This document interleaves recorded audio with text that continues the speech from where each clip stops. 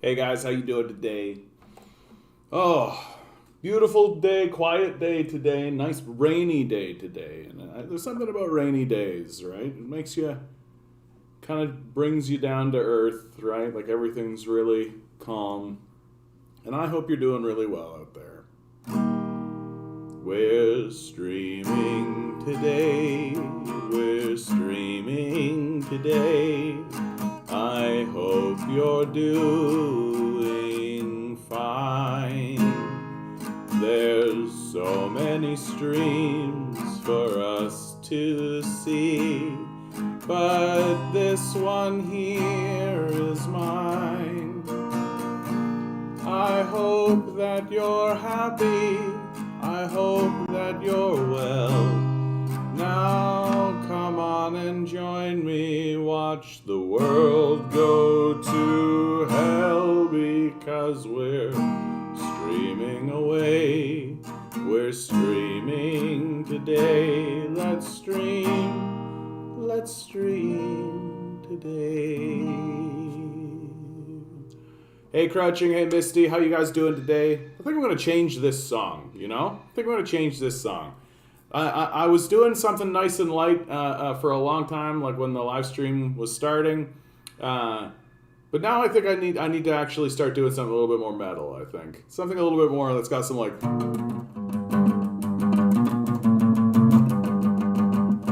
Hey Bumble Guppy, how you doing? And just like... And the title of the piece needs to be Capitalist Death Cult. I feel like I'm actually getting to a place where I'm like naming the stream, and the stream's name is going to be Capitalism is a Death Cult. And I gotta get like on brand with that, because have you noticed that capitalism is a death cult? I've been noticing it.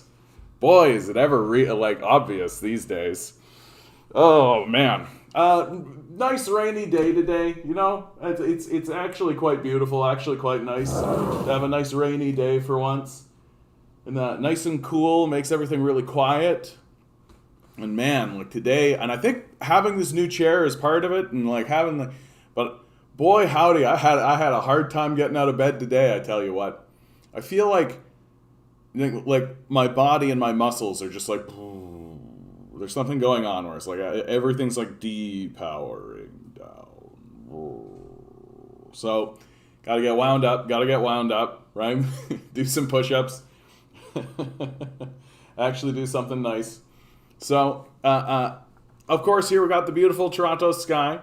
I hope you guys are all doing really well out there. Hey, Ruth, how you doing today? Trying this new thing, Misty, that you said I should try. Let's see if it works out. We're going straight into the number. I'm going with the 10. I'm feeling a 10 today. Here we go for today's number. Today's number. It's September 22. What are you guys doing? Are you doing anything? 2021. You coming in? 10 balls. 10 balls. Each ball has a number. Numbers 1 through 10. Hey, Mark, how you doing? We got a 7, we got a 4. Swirl a polite 4 at that. the numbers. Swirl the numbers. Pick a number. That's a good spread. Somebody's going to hit it. Today's number is 4, 4. Misty.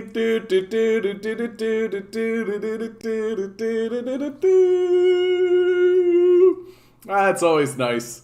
It's always nice when somebody actually gets it. So today's your lucky day, Misty. I hope you feel good out in the world.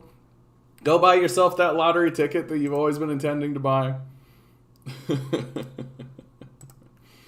So guys, I'm going to get right into a video today that came up on the Patreon, right? If you donate to my Patreon, you get into the Discord, and people like to share stuff, share their own stories, share what's going on in the Discord, and this video came through. It is from... And it's number 2 trending, so like everybody's watching this thing right now for sure. And it's from this Kurtz. I don't know how to pronounce this. Kurtz Gesagt. In a nutshell, right? You find out at the end of this video that it's actually been funded by Bill Gates, right? The Gates Foundation and all this. I think it's officially like his blog or whatever, but.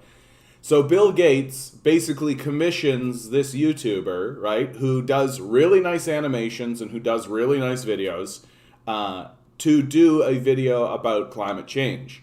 And why I really want to show this is to show very cleanly the controlled descent that is going to be coming out of the billionaire class as we move towards this catastrophe, right? As climate change is going to unfold and the disaster is going to unfold in front of us, what the billionaires are going to do is continuously release propaganda like this. Let's be really, really clear about Bill Gates and who he is, okay? So we know that he is tied up in the Jeffrey Epstein pedophile scandal, right? We know that he is part of the globalist cabal or the globalist elite or whatever you want to call it, right? But most importantly, right, we know that he could be spending billions of dollars on political support in order to combat climate change, right? The entire time we go through this video, right, there's going to be this constant refrain of like, well, what can you do? What can be done? Oh, the problem is so complex and insurmountable. But Bill Gates himself, as a multi-billionaire, doesn't spend any money whatsoever on political power in order to combat climate change, right? Like, we know how the political structure works, right? Billionaires buy politicians, and those politicians enact the will of the billionaire class. That's what happens. The fact that climate change is not being confronted is 100% the fault of the billionaire class.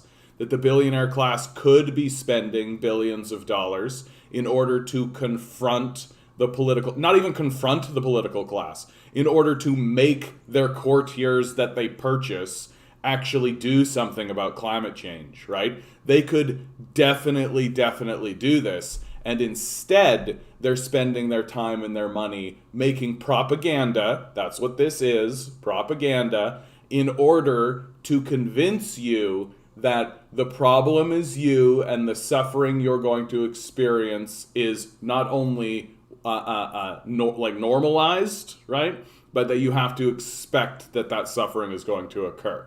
And also, pay no attention to the man behind the curtain. Pay no attention to the billionaires. Pay no attention to the fact that the billionaire class could very easily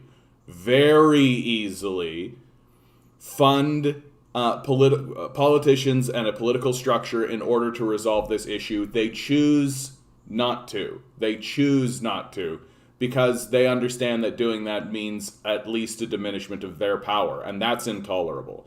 So as we start this video, the first thing you're going to notice is that the first half of it is just deeply entrenched scientific evidence and truth.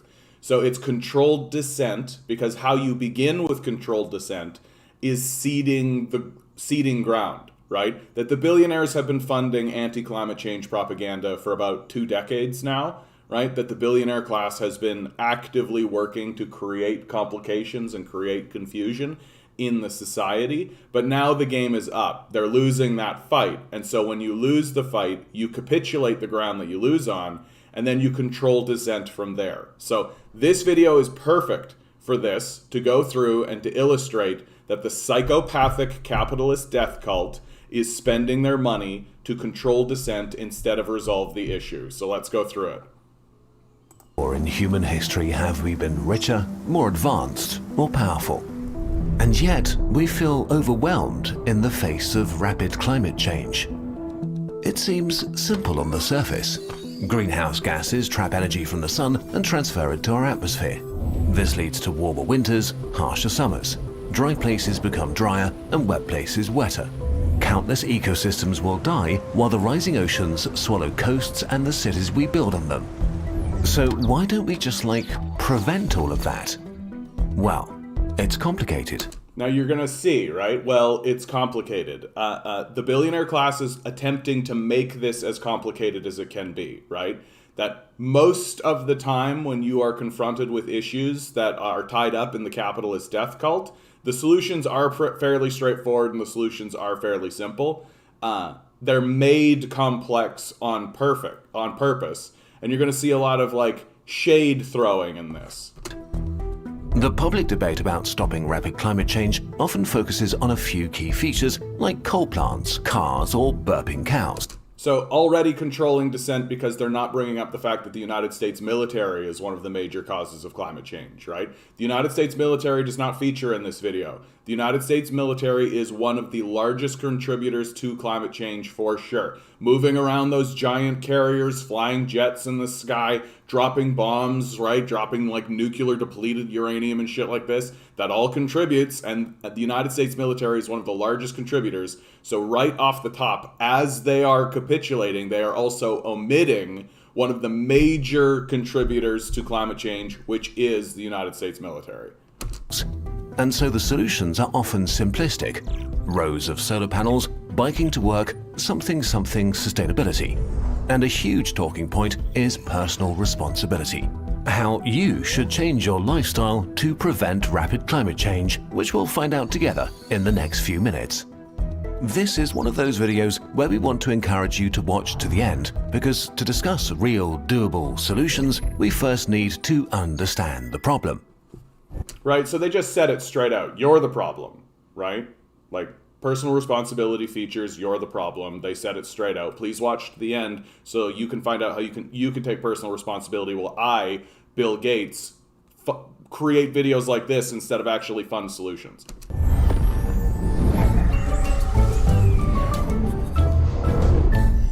Beautiful animation though, eh? A fuller picture. It is a beautiful video. Modern industrial society, as we constructed it in the last 150 years, is inherently destructive to the planet. Basically, everything we do to make our lives easier, safer, and more comfortable is making things worse for the biosphere. The food we eat, the streets we walk on, the clothes we wear, the gadgets we use, the way we move around, and the pleasant temperatures we artificially create around us.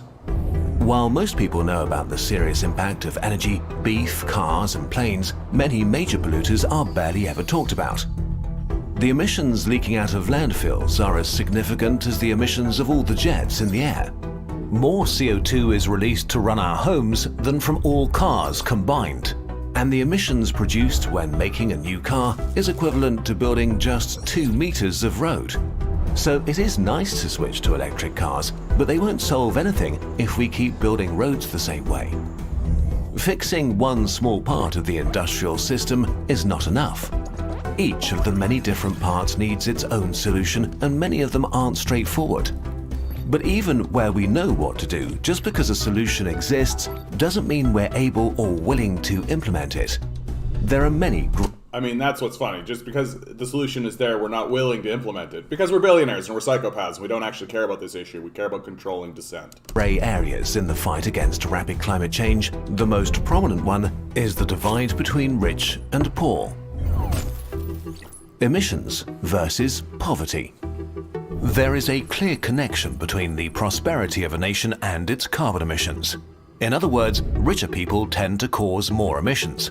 So the key to fixing climate change is simply for the world's richest to cut back on their extravagant lifestyles, right?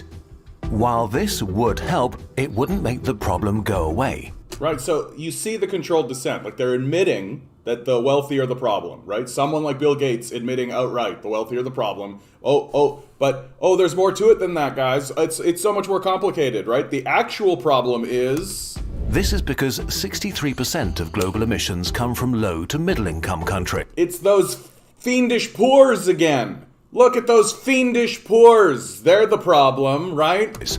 Countries where most people are not living extravagantly, but are trying to escape poverty at worst and achieve a comfortable lifestyle at best. The unfortunate reality is that currently, escaping poverty and becoming middle class creates unavoidable emissions. So asking developing countries to cut emissions just looks like an attempt to keep them down. So this narrative here, right? Like, look how they've just framed this. As if it's not United States corporations, as if it's not the United States military, as if it is not men like Bill Gates who are going into these developing nations, impoverishing them directly through a system of systemic theft and systemic poverty spreading, right? While simultaneously attempting to develop sections of it so that they can sell like apartment buildings to a slumlord who will then exploit the poor people in the society. Like the capitalists, like they're just sidestepping completely the fact that the people who are causing the pollution in these developing nations are American corporations who are going into these places in order to exploit the population and pollute. Right? We're just going to sidestep that completely. We're just not going to even bring it up. We're going to pretend like the problem is the poor. We're going to pretend like it's those filthy poors, right? Oh, and we can't just keep the poors down, right? Even though that's exactly what the current system is currently doing, right? So it's a total sidestep. It's completely, and exactly, it's not even thinly veiled. It's presented directly in front of our faces.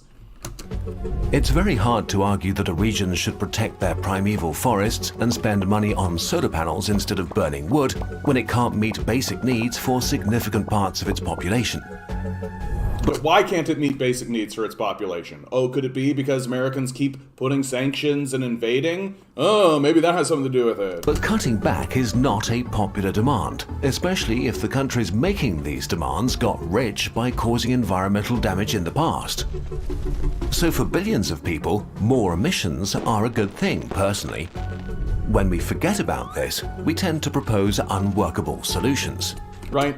Like, so we're going to create a false narrative about what's actually happening in the world, and then we're going to say that solutions to this, the actual reality that contravene the false narrative that we've created are unworkable solutions, right? Take concrete. 8% of CO2 emissions are released by the concrete manufacturing industry. Remember this number, by the way, 8% released by the concrete industry, okay? Remember this, because this actually plays later. Okay, cool. Stop using concrete, right? But right now, concrete is also a cheap and easy way for growing populations in developing countries to build affordable housing.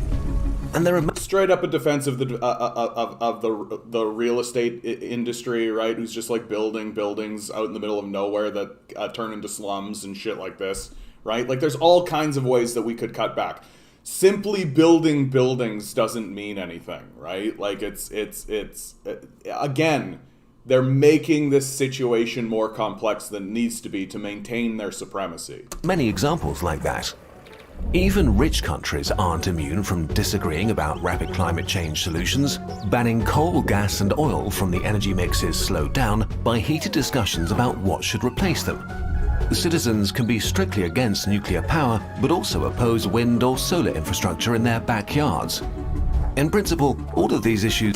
And what's so funny is that they're talking about this as if it's like, oh, it's those it's people, there's so much complication, right? Oh, it's the people who are causing difficulties, as if the billionaires don't own the politicians, right? That they're talking about, oh, look at how difficult all this is, we're all struggling and fighting, as if billionaires don't literally buy politicians, right? Like that narrative doesn't exist.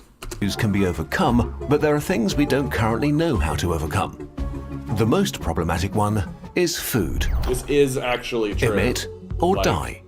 Food is a problem. We will soon need to feed 10 billion people, and we don't know how to do that without emitting greenhouse gases. Because of the nature of modern food production that requires fertilizers or manure, it's impossible to have zero emissions food. Rice alone emits so much methane each year that it practically equals the emissions of all the air traffic in the world. What's worse is that the foods we like the most emit the most. 57% of food emissions come from animal-based foods, although they make up only 18% of the world's calories and 37% of its protein. And this is an important thing to remember, that Bill Gates is the largest agricultural farmer in North America now, right? So he really does care about maintaining the system of agriculture as it is, because he's invested heavily in it. He understands that he's setting himself to be a feudal king for the future, and his kids are going to become the new rulers, one of the new rulers of America. He's very aware of this, so he doesn't want any changes in the agricultural system because that's the future of his family legacy. And as people across the world grow richer, they want more meat. Traditional diets in most cultures were primarily plant-based with a little meat on top. But with the rise of industrial-style meat production and factory farming, meat has become a staple food, a regular indulgence in developed countries and a symbol of status and wealth in developing countries. Today, about 40% of the world's habitable land is used for meat production in some form or another, the size of North and South America combined. This is land we could otherwise allow native ecosystems to regrow, like forests in the Amazon, and suck carbon out of the atmosphere, but instead, most of it is used to feed animals. The available solutions are uniquely able to make everybody on the political spectrum, rich or poor, unhappy.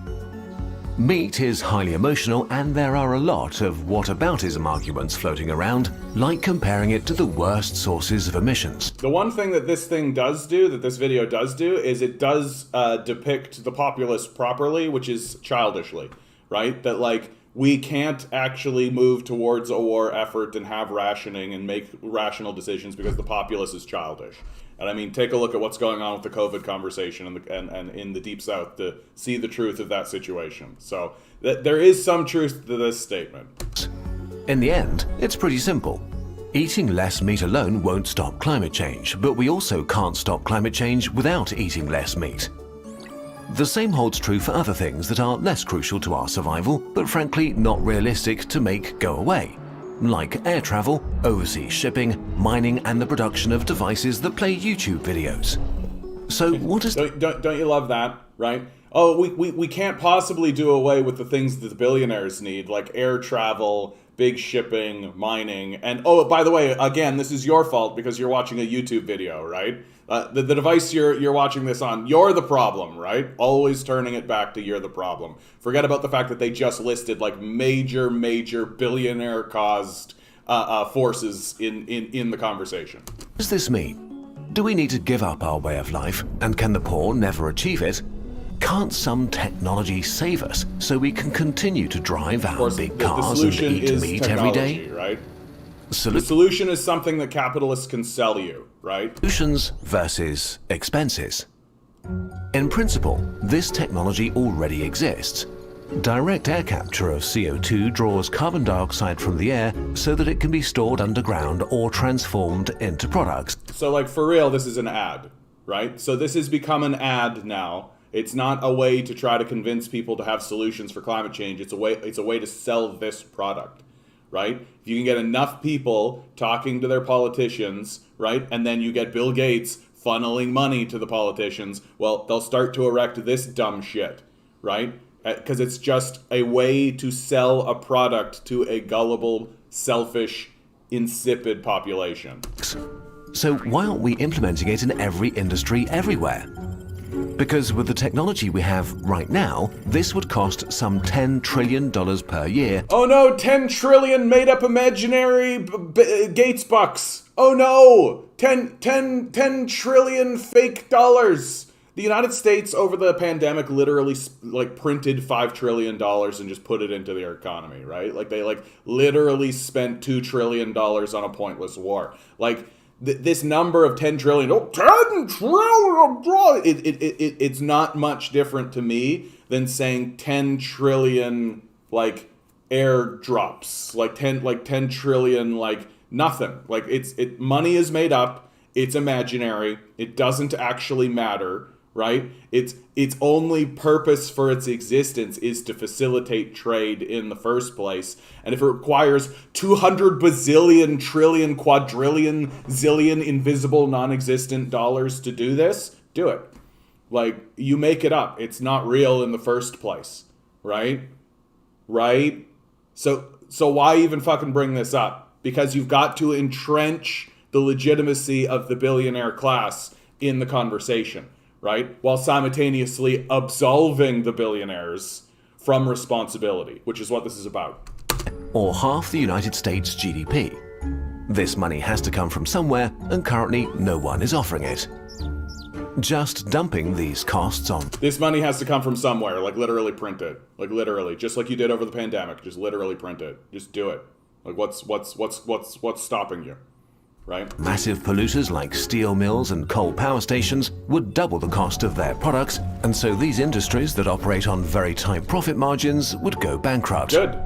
Getting the... Good. Like, I don't understand. Why is that a problem, right? Good. Oh no, they would go back. Good. If you can't survive without polluting, die. Like, I don't understand why this is being presented to me as if that's a problem. Government to pay for it seems logical, but a lot of state resources are actually tied up doing the opposite, like subsidizing oil and gas, which seems counterintuitive but follows clear incentives. No, it's totally fine the By government is artificially subsidizing, keeping fuel prices right? low, shipping... Like, and they literally just sidestep it. They literally just don't even follow that thing. Hell yeah, the government is subsidizing this stuff, but you know, they've got to because, and then they just move on. Like, you're supposed to be like looking like, yeah, that's a good point. Oh yeah, that's a real good point. And everyday goods are kept artificially cheap too, which has a major social impact on billions of people around the world. That creates political lobbies and incentives that perpetuate a cycle that makes it so hard to stop fossil fuel production. And the billionaire class isn't going to do anything about it, right? Oh, it's so hard to stop, and I mean, we're not spending any money to stop it, but it is hard to stop. Yeah. Remember, the problem is you. Meanwhile, very costly solutions for a far-off problem, like carbon capture, seem like they can wait, as technically nobody benefits from it right now. Some argue that a move away from capitalism is the only solution to this mess. Others insist that markets should be even freer without any interventions like subsidies, and some suggest that we need what's referred to as degrowth, and to cut back as a species overall. But the truth is, at least as of now, no political system is doing an impressive job at becoming truly sustainable, and none have really done so in the past. We also don't have the time to figure this out and do a lot of experiments. We must implement solutions now. Not just to halt the release of all possible greenhouse gases, but also to start reducing the amount of CO2 in the air. It's too late to just mend our ways, we have to actively correct our past mistakes. With every year we waste, more extreme changes will be unavoidable. Okay. So they know, right? Like, the billionaires know. And instead of spending even a single dime to get their politicians that they own and they purchase to actually do something about it, they're making these sort of stupid videos, right? Jeff Bezos, Bill Gates, Elon Musk could 100% push on the political apparatus in order to resolve climate change, and instead they're making dumb fuck videos like this, which end up essentially being advertisements for new technologies, right? CO2 capture technology features very heavily in this. That's essentially what this is, right? It's a way to blame you while simultaneously creating an ad for something, for a technology they can sell to you in order to resolve this, when the truth of the matter is that we literally need to stop doing shit. Like, we literally need to stop doing shit. What they call degrowth, right? Like, that is the solution, right? Oh yeah, and rockets to space. Don't forget the rockets to space. Thanks, Misty. I almost forgot about the rockets to space, which clearly don't contribute to this shit, right? Like, this whole thing is just controlled dissent, and if you watched this and were bamboozled by the animation, right? Because it is excellent animation, and like the calm British voice that's calmly telling you that it's actually your fault instead of the billionaires. You could walk away from this being like, oh wow, maybe I'll just eat less meat. Let's take a deep breath. Rapid climate change and the world we live in are complicated. So here is where you, dear viewer, come in again. Could you please fix the climate? Right? A narrative of our time is that we are all responsible for rapid climate change, that everyone needs to play their part. Why don't you buy a new electric car? Why don't you replace your gas stove with an electric one? How about you double glaze your windows, stop eating meat, and switch off your lights? Shifting responsibility from the largest carbon emitters to the average person, you, is much easier to do than solving problems. There's an extra bonus if solving rapid climate change sells a new product. Right, they're just explicitly If you don't have the saying money or time for these things, you should feel bad. It's an effective message because it's true. Because it's true. The quickest way to cut CO2 emissions would be if all rich populations on Earth drastically changed their lifestyles, and if the people on the rise would not seek to achieve it, favoring the climate over comfort and wealth. Right? like explicitly stating that the billionaires that are actually doing the pollution and actually have the capital as well as the political infrastructure in their pocket to actually move forward on this, ignore that completely, right? The problem is people. The problem are individuals living in the society. They're explicitly stating it. If you're able to watch this video, that This includes you. right? But we've just witnessed a global experiment in staying at home, not using transport, and consuming less during the coronavirus pandemic. And all it did was reduce CO2 emissions by 7%. Oh, all it did was reduce CO2 emissions by 7% for 2020. You know, dang, we did that degrowth idea where we all slowed down and we did less, and all it did was reduce emissions by 7%. Remember how big a deal they made about the concrete industry? Concrete industry produces 8% of CO2 emissions. So literally, just like a hodgepodgey, like everybody, and we weren't even doing it in order to reduce emissions, but we did it, and it did reduce emissions, and these guys are pretending as if that's not a big deal whatsoever. Oh no, the degrowth doesn't work. It only reduced it by 7%, the largest decrease in the history of the nation, right? Degrowth works, stopping works, right? It's the path forward, but that doesn't sell products. That doesn't make billionaires extra money. You need to buy, right? That's what this is. This is a big fucking ad. For 2020. Asking average people to solve rapid climate change breaks down when we look at the scale of the problem. Personal contributions towards reducing greenhouse gas emissions are nice, but they are dwarfed by the systemic reality of global emissions. Propped up by the billionaire The concept of your personal carbon footprint was popularized by the oil producer BP in a 2005 ad campaign. A misinformation campaign, right? Look how they completely sidestep the fact that BP and Exxon and all of this literally are funding disinformation campaigns in order to misinform you as a consumer as to what's going on. Once again, protecting and shielding the billionaire class from blame. Arguably one of the most effective and sinister pieces of propaganda that still seriously distracts all of us from the reality of the situation. If you eliminated 100% of your emissions for the rest of your life, you would save 1 second's worth of emissions from the global energy sector. Even the most motivated person can't even make a tiny dent. When we put together the dangers of rapid climate change, the scale of emissions and the lack of consensus over how to solve it, the challenge seems insurmountable. It can cause decision fatigue and moral licensing where you no longer feel bad about behaving in a counterproductive way. We have struggled a long time with this, which is why this video took us so long to make. So, what can you actually do? There are many different takes, and they are passionately discussed.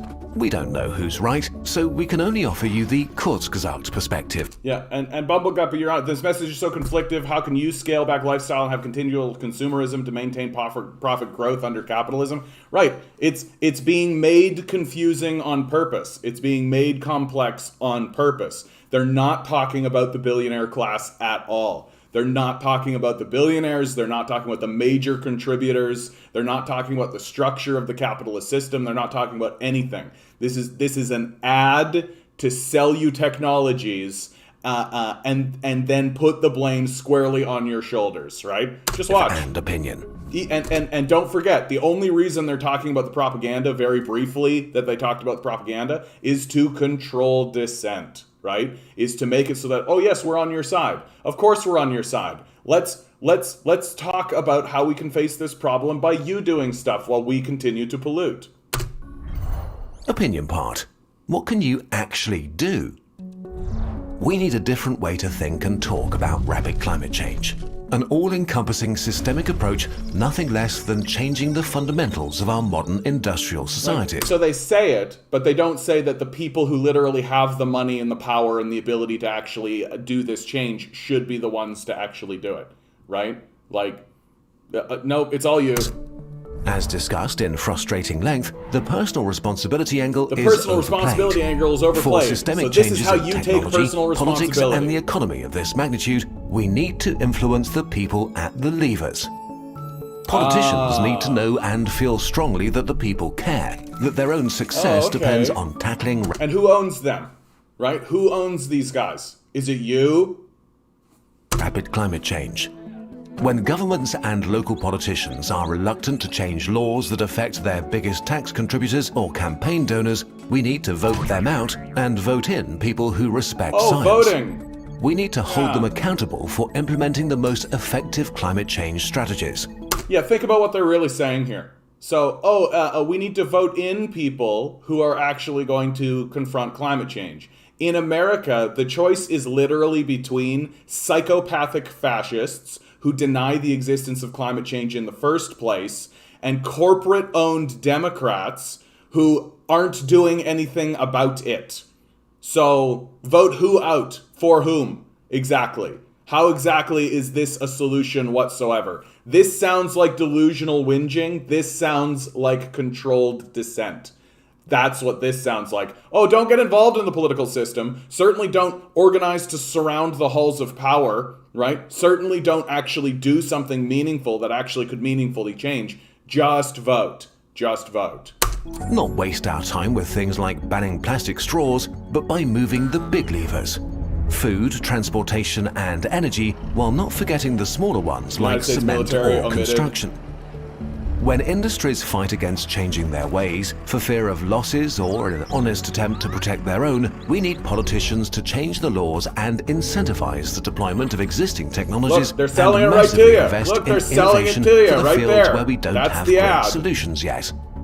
There's no reason that the profit interests of industries could not match the need to reduce carbon emissions as much as possible. Outright stating, right? No, we can still do this while focusing on the profit motive, right? The profit motive is sacrosanct. Everybody agrees that the profit motive is the thing to focus on, right? The invisible money that we create from nothing is the thing we should all be focusing on.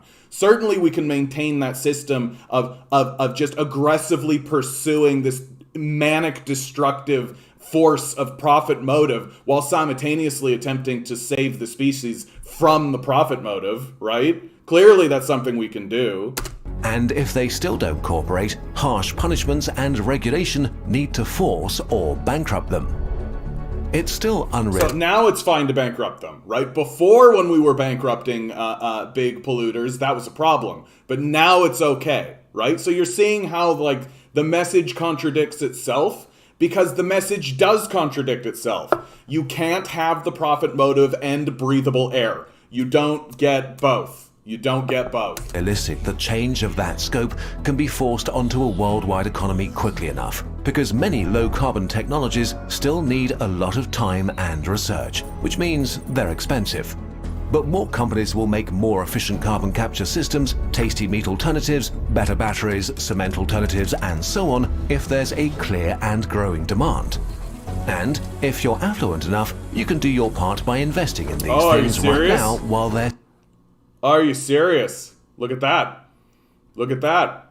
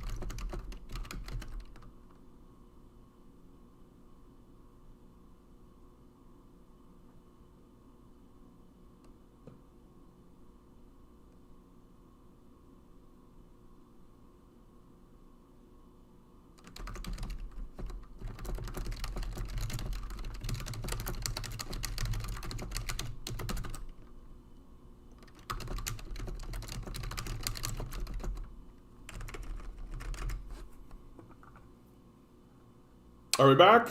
Are we back? We're back. Okay. Like, if it's copywritten and you can't stream it, shouldn't they just put it right at the front? Like, couldn't they just front load it? Like, you'd think that they'd be able to front load this stuff, right? Like, especially if it's on YouTube, right? You're telling me that YouTube can't just put something at the beginning so that, like, if you start to stream it, it shuts it down right then? Like, we literally went through, like, 15 minutes of that, right? Like, I think for sure that they are copywriting that video so that people like me can't comment on it. Like, that I'm not going to be able to spread it around. I'm not going to be able to do anything about it, right? Like, it's 100%. But you are seeing straight out, right? Like, this video, and the trouble with that video is it has something like 1 million views, right? Like, it's got an enormous amount of views. It has an enormous amount of punch through, right? And it just seems to me like it boiled down to being an ad, right? And we didn't even get to like the end of the video. And the end of the video is, well, what can you do? And their solutions are vote, right? Which is completely is a complete failure from the from the outset, right? Vote for who? Right? You're going to vote for the climate change deniers, right? You're going to vote for the people who literally don't acknowledge the existence of the problem, or you're going to vote for the people who do acknowledge the existence of the problem, but aren't actually interested in doing anything about it, right? And then the second solution that they come with is, oh, just do less stuff, right? Eat less meat, do all that kind of all the less sort of stuff that you're going to do, right? Don't pay any attention to the billionaires, right? Certainly do not organize protest movements in order to surround the halls of power. Certainly do not organize mass protest movements in order to surround the halls of power. Do not do that. Just vote in your stupid ballot boxes for people who are not going to do anything about it, right? For people who are not doing anything about it, and even worse, for people who deny the existence of the problem, right? And just like cut back a little bit. And they're literally saying this to you, just cut back a little bit, while simultaneously acknowledging that if you cut back, it's actually meaningless. It doesn't actually do anything, right? What we need to be doing now, right, in a place like Canada especially, where we have 75% of mining companies exist here in Canada, right? Like, the complete denial that it's actually wealthy companies that are going around the world and emitting all these pollution is to grab the carbon tax lever and just start pushing it down. Right? And like they'll put the focus on like, oh, rice like to make rice makes this much pollution, right? But they're not talking about like, okay, well, what about those stupid Hungry Man dinners, right? What about those goddamn just like pre-packaged, like literally there are companies that will take bananas, right? Peel the banana. Oh, sorry, they'll take bananas from and ship them across the ocean to a factory where the bananas are peeled and then wrapped in plastic and then sent back to the point of origin. Like, are you not seeing a fucking problem here, right? That the true solution to this is to create a price on carbon that the emitters pay, right? That it's and if it's like, oh, well, then that'll just rise prices, great. That means your business will fail, which is perfect, right? Like, I don't understand how we're not completely fine with that. No conversation about nationalizing major industries, right? No conversation about taking control of the means of production, right? Everything is about subserviating yourself to the system that's destroying you. Maintain the system of destruction. Maintain the profit motive, right? Maintain all of that, because there's such a thing as human-centered capital, right? That's absolutely possible. Yeah, Bill Gates heavily invested in Impossible Foods, so it's better for him if we switch to synthetic meat. Yeah, exactly. Exactly. And it just cannot be overstated how hard these capitalists are working to control the dissent and keep us off the streets, where they know that's where things actually happen. They know that that's where things actually happen. It's the only thing they're scared of. It's literally the only thing they're scared of. And so they're spending money on ads to try to convince people to do the only thing that's going to work, which is surround the halls of power, force them to put a price on carbon and set that price high. High, right? But that'll cause problems in the agricultural industry. Nationalize it. Nationalize the agricultural industry, right? That's what Bill Gates really doesn't want to see happen, right? That's the reason why he's making these ads, because he doesn't want to see the nationalization of the food industry, which think about how crazy that is, that private interests have control of your food. What? That's dumb. That's extremely dumb. And here we are. Bread-ridden. Exactly. They fear wealth and power loss more than losing their lives. Yeah. A man like Bill Gates genuinely does not care about his own children. He cares more about his own legacy than he cares about his own children. That's just fundamentally the truth. And a man like Bill Gates is for sure, he's spending all his time going to pedophile land, right? He's spending all his time interacting with people like Jeff Bezos, or Jeffrey Epstein, rather. Sorry guys, 1 second.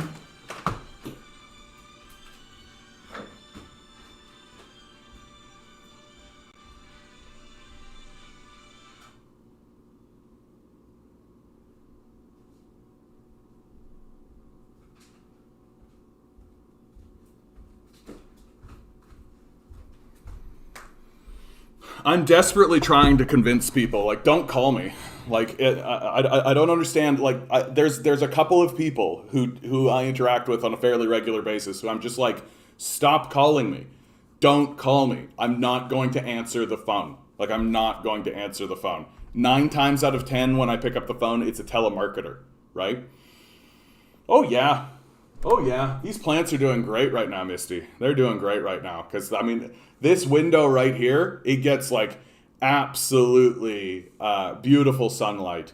I think I might start planting actual food in this window. It's very, very impressive. And honestly, I've got way more space than I need in this place. So I should start turning it into a legitimate garden. That's what I should do. All right. Fixing Canada's housing crisis will require bold socialist policies, right? Politicians have finally taken note of the crisis, but they aren't offering real change. Canada's housing market is in crisis. For most politicians in the mainstream media, it's about skyrocketing house prices and the challenges facing first-time home buyers. But the real housing crisis is found elsewhere, in a lack of affordability and security in rental markets. For the last decade, rents have surpassed wages by wide margins, especially in large cities. The results have been at least a quarter of all renters now spend an unsustainable amount of their wages on housing costs alone, right? That this conversation, I'm not going to read this whole thing, but and of course then they go through the party programs and all of this. This means reversing decades of stagnating incomes and cuts to employment benefits, pension, and other social services. To see this through, we need a historical renewal and innovation transformation of the welfare state, which includes things like universal long-term care and a job guarantee program. We're talking about controlling dissent, right? A job guarantee program, in my view, under this model of capitalism is slavery. It's just slavery. That we will just have you go somewhere and dig a meaningless hole and do meaningless stuff to waste your time completely in order to justify giving you food and shelter. We also need to reform the financial system so that money flows away from the real estate speculation and towards where it was needed.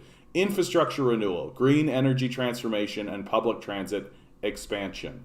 I cannot begin to tell you how against a job guarantee program I am. under this capitalist model. Like, it would be one thing if we were actually living in like a socialist society. It would be one thing if we were actually living in a society where the jobs we were doing had value and actually did something. But they don't. They straight up don't.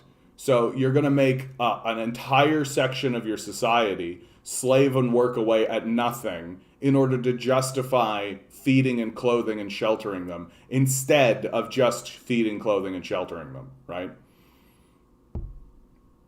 Victini, I have a theory that the collapse of America and consequently its dollar is why billionaires are converting their greenbacks into physical capital. Yeah, that's exactly right. Like, the billionaire class is extremely well aware that their market collapses, right? They know that that the market collapses because they're the ones collapsing it. Well, China's actually moving away from coal now, Victini. They just announced it like 2 days ago. So it's we are moving away. Thank goodness. And honestly, like, most of the pollution coming from the quote unquote developing world is coming from China, right? And so China saying that they're no longer going to participate in that essentially eliminates that from the ground, right? They're eliminating coal completely. Or their meaningless infrastructure projects. Well, and China's in a bit of a bind, actually, if you ask me on that front, Victini, because those infrastructure projects, right? You're talking about the building of the cities, right? So China is actually at a much larger threat for climate change than we are, right? Let's take a look. So right now, if we go to 0, right, here's how it is right now, okay? This is like right off the coast of China, right? So if we go up even a single meter, look at this, boom, right? You've got a major city right here that is just going to immediately go underwater, right? 2 meters. So when we're talking about this climate change crisis, take a look at what happens in Hong Kong, right? Boom, 2 meters, boom, right? You go up to 3. You start to get into like really 9 meters, right?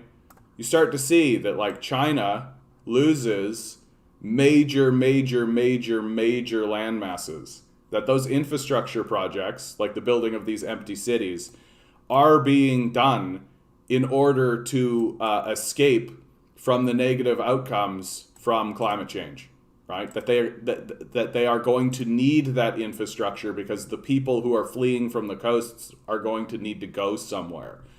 And China has like 1.6 billion people. Like, it is not an insignificant number of people who are going to be impacted by this in China. And so their quote unquote meaningless infrastructure projects where they're building these empty cities, in 100 years, people will probably not think that those were meaningless infrastructure projects, especially given that like this is an inevitability at this point. The billionaire class, and I mean, for goodness sakes, we just watched a whole video about it. We watched a whole ad about it. They are not going to do anything about it. Like, that should be your big takeaway from a Bill Gates funded ad like that. That the billionaire class is actually legitimately not going to do anything about it. And that these outcomes that we're going to experience, like if we go over to America, like if you're living in Louisiana, it's time to leave, man. If you're living in New Orleans, right, here's 0, here's 1, it's time to leave, right? Like, it's time to get out of New Orleans. Just like time to do what Ben Shapiro tells you to do. Sell your house and leave, because a house that's underwater, you can sell that. New York's going to be underwater. It's going to be absolutely terrible. Yes, they are reining in capitalism with new regulation. I have hopes, but they still want an employed citizenry exhausted to foment revolution. Yeah, I think that's like a classic strategy of the ruling class for sure. The Chinese ruling class does have the benefit that they actually have fairly high popularity. That the populace is actually quite content with with what's going on in China. Sorry if I'm being too spilly talking. Or transit projects that are very stupid. I mean, I generally think that what's going on in China is very difficult for Westerners to comment on because our perception is done in like quarters, not even yearly. Like we don't even have like an annual perspective. We have like a quarterly perspective. Whereas China is doing things thinking about it in terms of like literal dynasties. They're literally thinking about things in terms of like hundreds of years. That they're on like an economic plan, a 100-year economic plan. And so sometimes China does something and it's baffling to Westerners because we don't like to accept that like, oh, in 100 years this might make sense, right? We don't like to accept that. I mean, high-speed rail, it would absolutely be amazing all over the place, right? Like it's absolutely one of those things. But like, what do we want? We want breathable air. Do we want high-speed rail? Right? Like that. We are getting to a point now where it is starting to become that kind of conversation, and like very clearly the billionaire class is not going to do anything about it. That like Florida is going to get absolutely wiped out. Right? Like it doesn't take a genius to figure this stuff out. That like these places become uninhabited eventually. That there is going to be massive displacement. That there is going to be massive shifts and changes to what goes on. It is going to happen, right? It is going to happen. And the billionaires are being explicit in their statements of saying they're not going to do anything about it, right? They're explicitly telling you to your face over and over and over again that they're not going to do anything about it. They're not going to leverage their billions of dollars in order to in order to make the political class actually do anything about climate change. They're not going to do a single goddamn thing about it because fundamentally they don't actually care. Because the real negative consequences are going to happen after they die, and they don't care about that at all. Like, they literally do not care. That they are only interested in convincing you that they care so that you won't do what should be done, which is gather up in massive groups, surround the halls of power, and strip them of their power. Right? Someone like Bill Gates should have literally no money. He should have everything taken away from him. Like literally everything. Like I don't give a fuck. Like someone like Jeff Bezos, no, goodbye. Like farewell. When he shot himself off into space, it's a real success of the capitalist death cult that Jeff Bezos shooting him out into space didn't result in an immediate revolt, right? Are you telling me like medieval peasants in the feudal age, if they saw a fucking rocket get shot up and one of their knights or whatever, or their lords went up in the rocket, they wouldn't immediately surround that place with fucking pitchforks and be like, hey, why are we starving? Why are we homeless? Like, what's going on? But we're too gullible. Like, we're too gulled and gullible to actually do anything like that. And a million people are going to watch that video that I showed earlier and are just going to be like, oh, yeah, we're going to solve this problem. And then in 50 years, everything will be fucking underwater. And they just don't fucking... yeah, exactly. No, they're explaining to us unwashed serfs how it's complicated. See, it's complicated. Well, if it's complicated, then you should do something, right? Like, that's the big thing. It's just excuse making. Like, it's just excuse making. Like, oh, it's complicated. Well, you're not actually doing anything to confront it.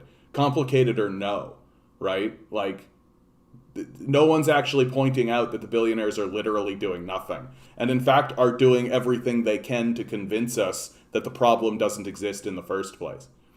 Yeah, we've been beaten and shamed into submission. Exactly. It's getting to be total fucking bullshit. Like it's getting to be total fucking bullshit, and the fucking bullshit that they're coming up with is getting more extravagant. It's getting more entrenched. Like, how much do you think that video cost to produce? Right? Like, how much time and effort do you think went into making that propaganda piece? Right? Like a ton of effort and a ton of time. And the biggest grift that exists within the climate change conversation that the billionaires are perpetrating is that they actually care. When they don't. They don't at all. They care that you care. That's it. They care that you care. If you didn't care, they wouldn't talk about it. But you do care, and you're actually starting to align yourself and become politically active along climate change lines. And so they need to control the descent, right? And the only reason they're doing that is so that they can maintain their power. And if we actually did what needed to be done, we know that these guys would be toast, right? The profit motive needs to go away. Like, it needs to go away into the dustbin of history. The profit motive needs to go into the same place that the divine rights of kings went, right? We didn't accept that nonsense. We shouldn't accept this nonsense. I heard a great analysis that said predeterminist Christian beliefs are the priori that enshrines the rich as saints and somehow favored by God. There's a lot of that going on, right? Like I just said, the divine right of kings, right? Well, the divine right of kings is back, right? That if you're born rich, right, you might as well be a king. And then everybody says how what a hard worker you must be, and it talks about the meritocracy, and talks about how important it is and how noble the billionaires are, right? When they're literally worthless, they are parasites. They produce no value. In fact, they steal value from other people who are actually producing value, and they don't actually do anything, right? And the way that the system is structured, because of their existence, eventually it collapses because you can't maintain the rapacious, sociopathic demand for profits that the wealthy put on the society while they produce no value and do nothing of worth. The immediacy and pain of privatization and climate crisis is a pretty strong incentive to rethink service to capital. Yeah. Excuse me, but no iPhone. Oh no. This idea that they release like a new iPhone every year and everybody just like goes, oh, let's go get the new iPhone. Like literally, we should pass a piece of legislation that says if you can't produce it and if it doesn't survive for 20 years, like every single thing that is created has a 20-year life warranty. And if you can't produce an item that has that guarantee, it cannot be produced. Very straightforward. And if that means that you can't make your stupid fucking little toy, but too bad. Like too fucking bad. I don't know why we are catering to the children in the conversation, right? Like we are getting to a point where the adults need to do what must be done. Right? And we've allowed the children to have control of the society for too long. It's time to surround the halls of power. But instead of that, the populace is like going out on the street and complaining because, oh, I gotta go get a jab. I gotta get a shot, and I don't want to have a shot. Vaccination records? No!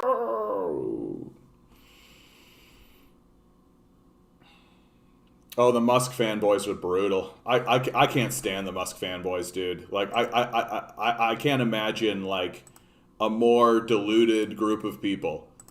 Like the Musk fanboys really tell you how things like Christianity, like how like kings manage to maintain their power, because like Elon Musk, the fanboyism that comes out of Elon Musk is so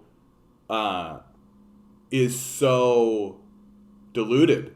Like, he's the son of a fucking emerald miner who not like emerald miner like I'm just whistling away, like a man who owned emerald mines in an apartheid South Africa, like literally taking black slaves, throwing them into mines to mine emeralds. That's his daddy. But Elon Musk, yeah, he's such a super fucking genius. Like, what the fuck? Like, you literally gotta detach yourself completely from reality in order to be like a Musk fanboy, right? And then just take a look at Elon Musk's whole trajectory, right? He invents nothing. He creates nothing. He doesn't do anything. He uses his wealth in order to buy companies and buy the rights to be called an inventor. That's what he does. It's a scam. It's obviously a scam. And if you're sitting there being like, oh, Elon, then you're just fucking as deluded as these anti-vax types. Like, it's fucking not different. On the topic of predeterminist Christians, it's interesting to see how material conditions give rise to different religions. Protestant prosperity gospel arose from American capitalism. Yes, that's exactly true. Well, and the Protestant prosperity gospel is heretical, right? Like it's in strict theological terms, it's completely heretical. The idea that if you're a good Christian, Christ will, like, God will reward you with riches and all this. I can fucking show you books. Like the Gospel of Job, right? The book of Job, rather, right? Like, outright, you have God saying in this book, yeah, I could fuck you up. Yeah. Like, the whole book is about how God just fucks you up. And, like, literally it's just like, yeah, I'll fuck you up because I want to fuck you up. And, like, I can also make your life good if I want, but that's not really based on anything, right? I'm just a force of nature. You don't have any control of it. I can just come in and fuck you up because I want to. And if you turn around and whinge at me about it, my response literally is, who the fuck are you? You're just a pathetic little ant. I don't give a fuck about you at all. Right? That's God. That's God in the book of Job, right? Like, that's it's made extremely clear over and over and over again that God will fucking wipe you out if he wants to, right? And then Jesus Christ himself, he's not walking around saying, yeah, if you follow me, you'll become rich, you'll gain material wealth, right? That's not what he's saying. In fact, quite the opposite. Give your money to the poor, give it away, follow me, right? Explicitly making statements to his followers like, yeah, if you follow me, you're probably going to get into fights and shit, right? Like, people are going to try to kill you, right? He was very explicit about that kind of stuff.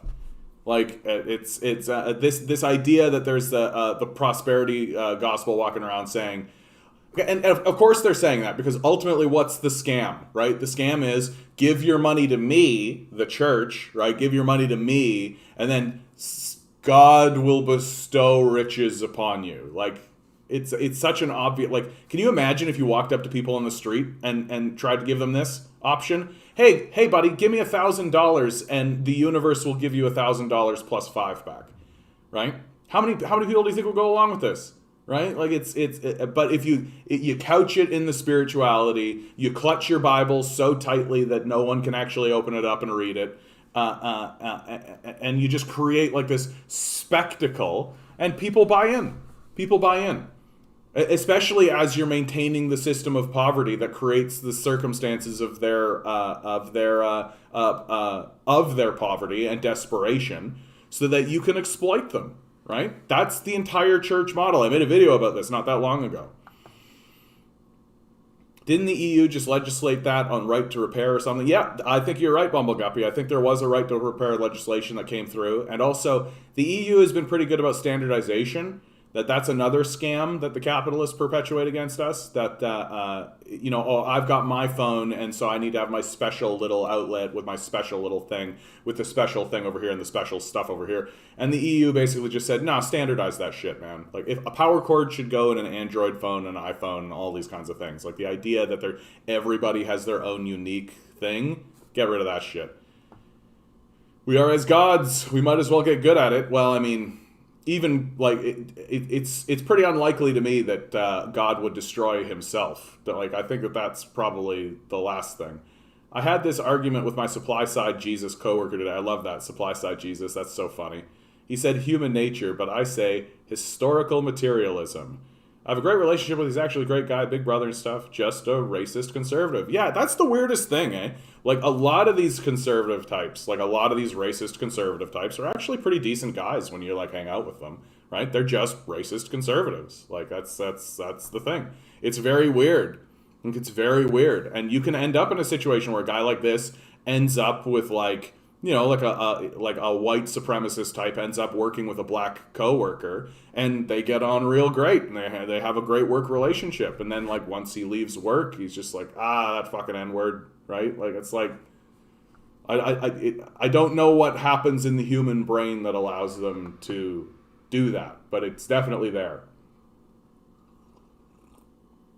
But we trade barbs and aren't offended. Yeah, it's fun. God, the original bully, right?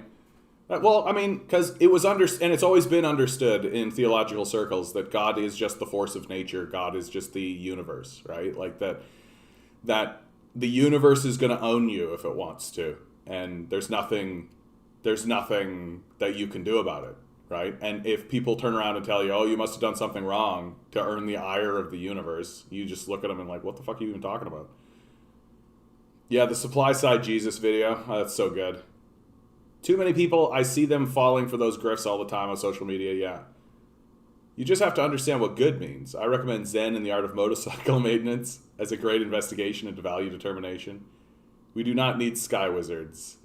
Well, and I feel like sky wizards is a misunderstanding of the theological statements. That like theologians like Isaac Newton, right? People don't really know this about Isaac Newton, but like Isaac Newton was one of the great Enlightenment theologians. And he outright stated, like he has a pamphlet called The Attributes of God, and in it he stated explicitly that God is to be understood as all things, right? And he even stated that as if it was like a footnote, as if it was like the only reason he said it was for completion's sake, that it was like so overtly obvious and so overtly apparent to any theologian and anybody who was in that even the statement of that like God is the collection of all things, like as a defining feature, is like just extremely well understood. But in the modern era, that doesn't exist. People do not understand the concept of God as that. And you can see that in the way that they mock the concept, right? That God is a man in the clouds, sky wizard, the spaghetti monster, right? Well, all of those things are forces that exist within the universe itself, right? Like a man in the clouds exists within the universe. It is not the universe, right? The spaghetti monster exists in the universe. It is not the universe, right? And then that comes to the statement, and I get this all the time, where people say, well, then why call it God? Just call it universe. And it's like, okay, but uni means one, verse means word, right? Like that the theologians of yore understood that there is such a thing as a multiverse, and they understood that what we're living in now is just but one word from the mouth of God, right? So it's anyway, I'm getting very theological right now, so let's move on from that. Dan from Fight for Your Rights is doing a walk from Toronto City Hall to Oshawa City Hall to raise awareness for disabled people. Yeah, I'm going to be there, 7 a.m. 7 a.m., you guys. I'm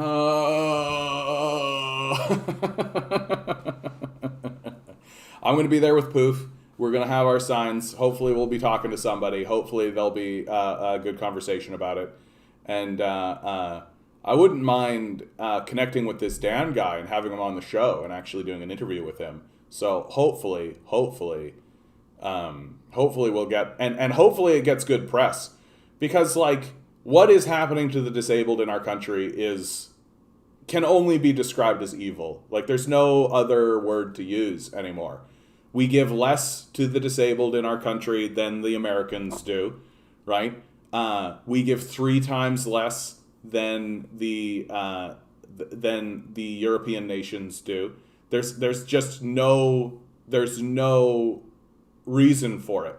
There's no reason for it whatsoever. You have met him through me? Oh, okay. Cool. I hope to meet him again, and I hope to get him on the show, honestly. Because that's dedication, right? Walking from Toronto City Hall to Oshawa City Hall, that's not nothing, man. That's not nothing. Yeah, this idea that Christianity and science are mutually exclusive is ridiculous. Galileo was Christian as fuck. Well, and one of the things that really bugs me about the conversation going around about Galileo is that, like, oh, it was absurd that the Christian church stood up against Galileo's discovery and all this stuff. So I'm like, and I kind of look at it and I go like, well, don't you want peer review? Right? So one guy stands up and says, I've made a massive discovery that countervenes everything we believe. And what, you just think everybody should go like, oh, yeah, okay, that makes total sense. Let's not peer review that. Let's not question it. Let's not resist that. Let's just completely immediately accept that this thing that this one guy said one time. Right? Like I do think that, like, and ultimately, like, the church accepted his position, right? And people like to point out, oh, the church threw him in jail and it was all kind of stuff. Well, yeah, because Galileo was an asshole, right? Like, he wasn't like this pure, clean, innocent guy. He was like a total dickhead. And I'm not trying to defend the Catholic Church, for God's sakes. I'm just saying that, like, it's a human. It's just humans being human at each other, right? And there's no surprises in my perspective. He's the guy who got me water at the August Poof. Okay, awesome. Amazing, Misty. You helped brainstorm this idea. Awesome. Way to get in on it, man. Way to get in on it. And I mean, like, I've had this up here for a little while, so I should comment on it. Humans living out their extremely fulfilling lives in the greatest economic system ever created. Right? Like, if this is the outcome, then the system is a failure. Straight out. Like, straight out. People just exhausted, beleaguered, and as we recall, right, from the movie, The Incredibles, if this guy actually did his job and actually made the insurance pay out, right, he got in trouble, right? We remember there was that little shrill-voiced man who, if he actually accepted claims to actually pay out on the insurance, he got in trouble. That's the system. It's a scam from start to finish. Spirituality being separate, or economics or politics, is like fracturing the human experience, makes for more easily exploitable populace. It's so confusing. Well, it's made confusing. That's what the truth is that it isn't actually confusing. It's made confusing, right? Children understand things. Like, they understand, like, really, really basic shit, like sharing, right? They understand that, like, economics and politics and spirituality, they're all kind of the same thing, and you're all talking about the same subject, but we train them to think otherwise, right? We're a very well Trained populace, right? That the populace that in the past you could see, like, if medieval peasants were experiencing half of this bullshit, they'd already be revolting. They would already be picking up their pitchforks. Like, we're so well trained. Like, we're like trained seals, right?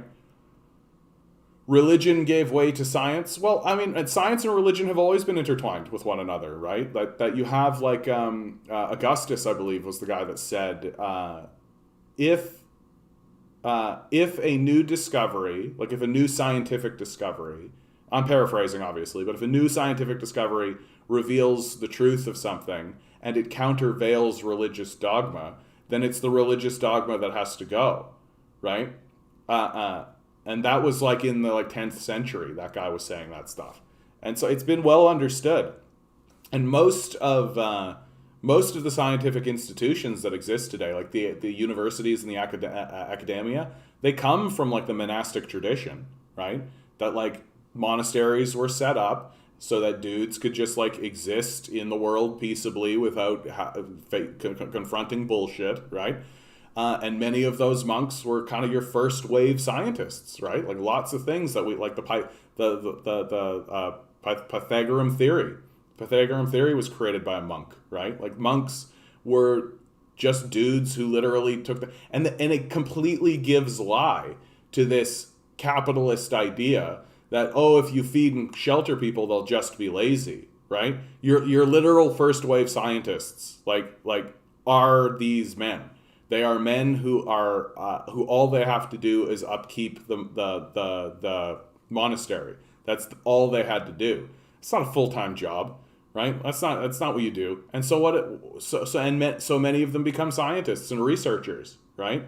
What a waste of time, right? What a fucking waste of time. I thought that quote was original to one of the Eastern religious leaders.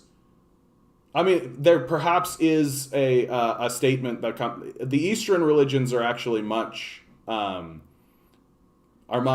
deeper, in my view, from the Christian religions, because the Eastern religions were just around a lot longer, and there's a longer history there that's more fleshed out and well rooted.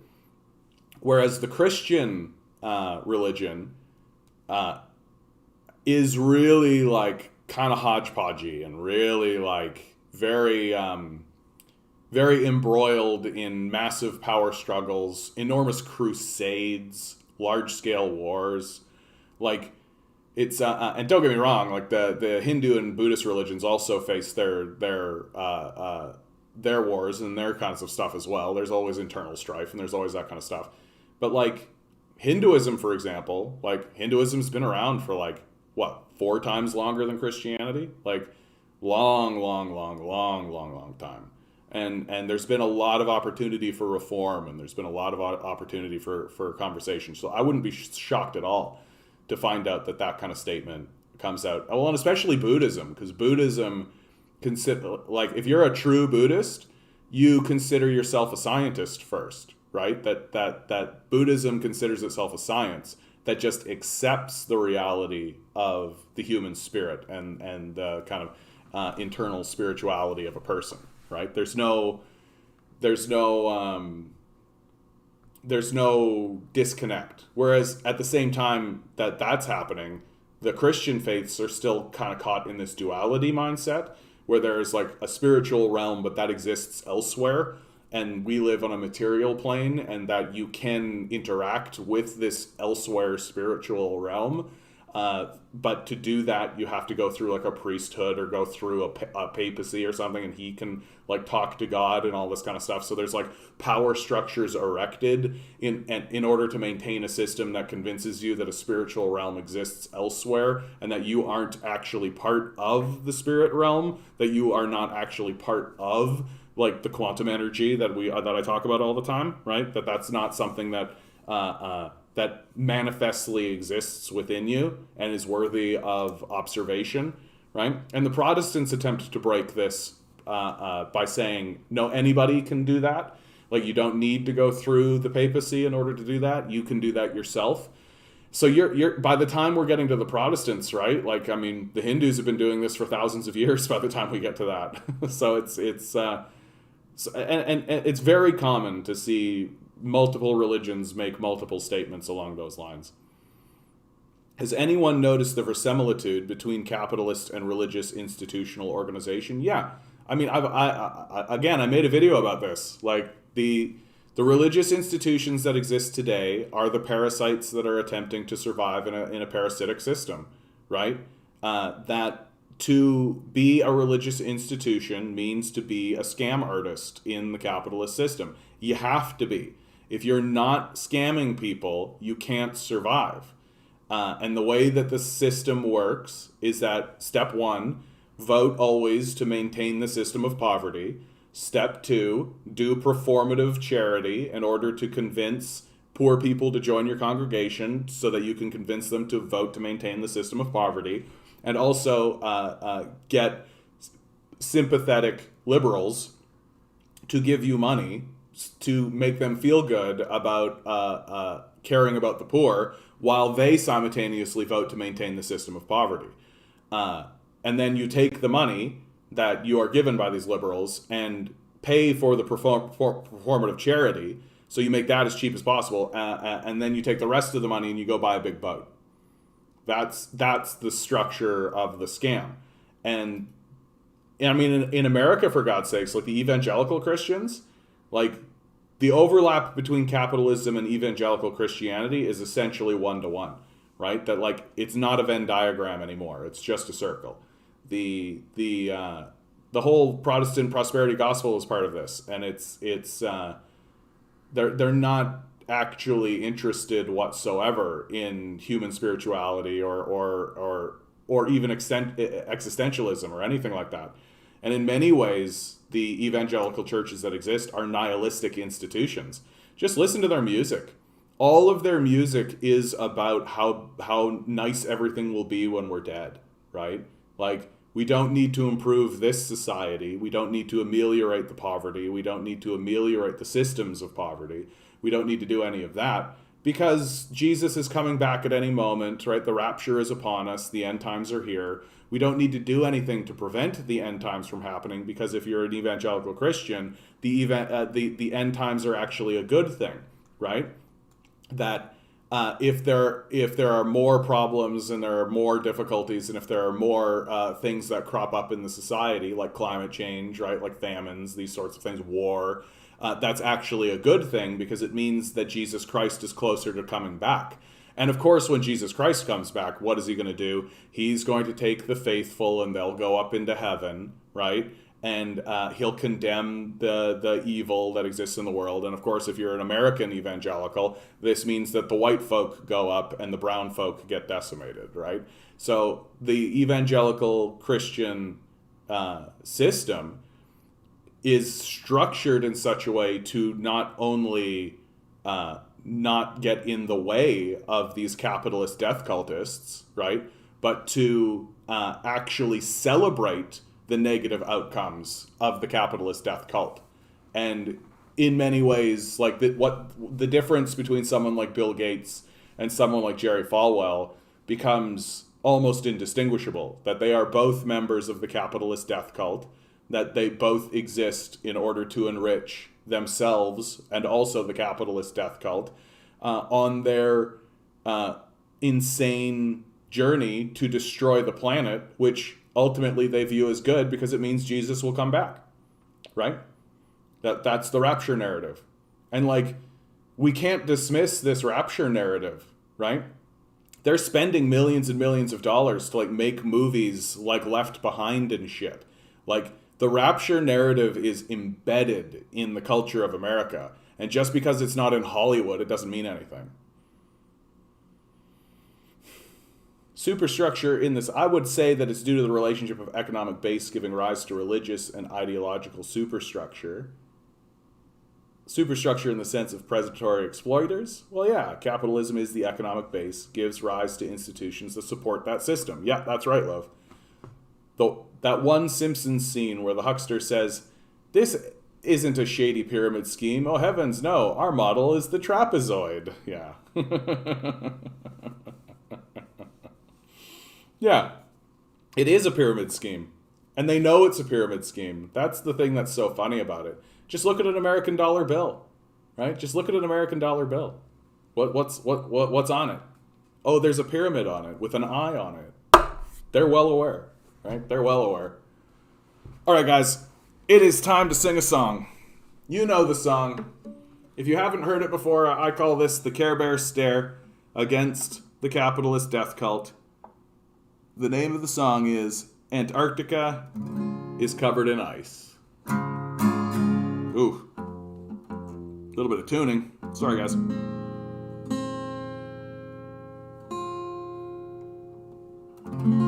There we go.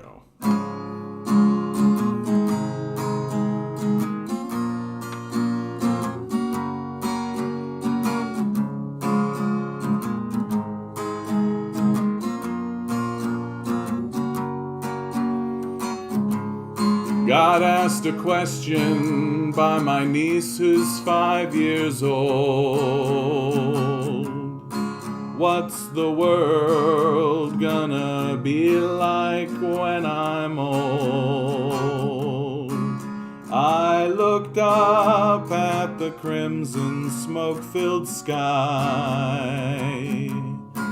I thought, what's the harm in telling one more lie? I said, everybody's safe, no one's living in the streets. You never need to worry if you're gonna get to eat. And Antarctica is covered in ice, and everybody's happy, and wouldn't that be nice?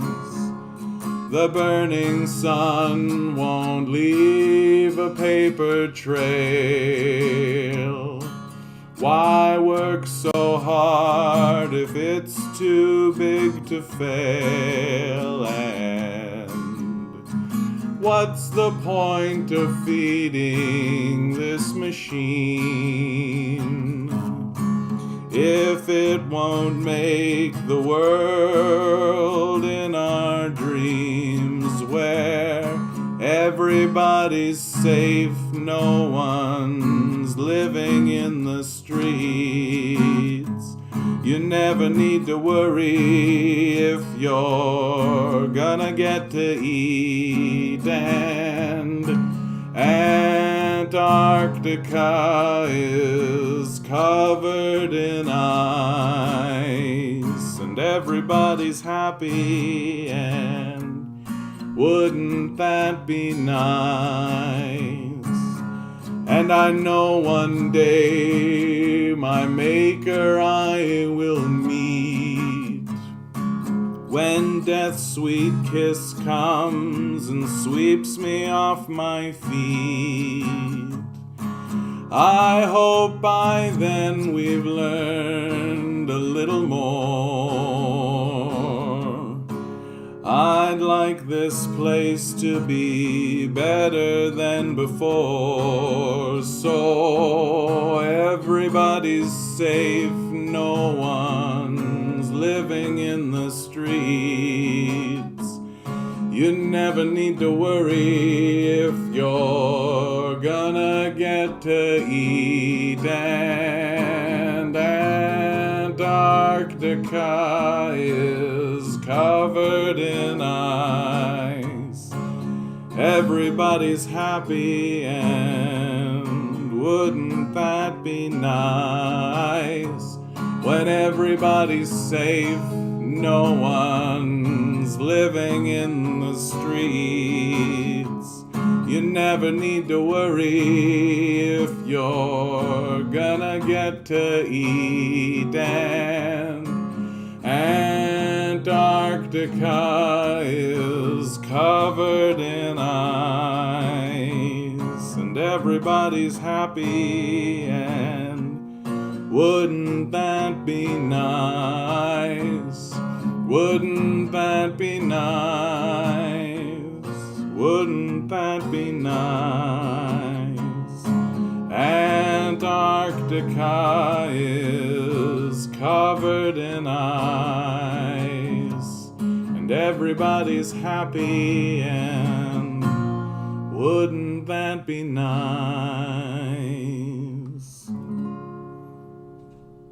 Oh, and I know that we can do it.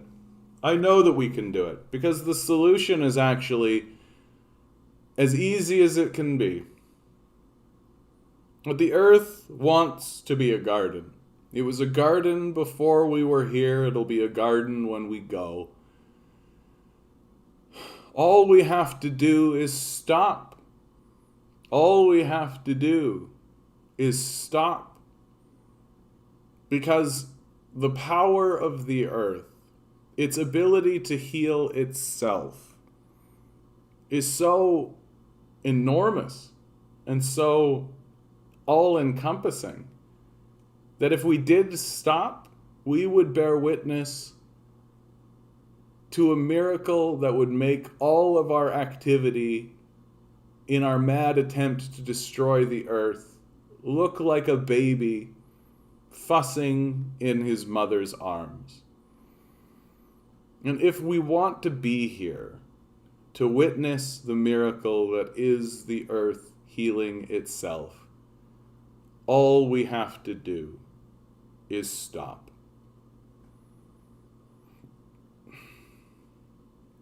But instead of that, the billionaires are doing everything they can to convince us, oh, the solution is to just keep doing what we're doing. Just do slightly less of it, right? We can still do the profit motive, right? We can still do the profit motive.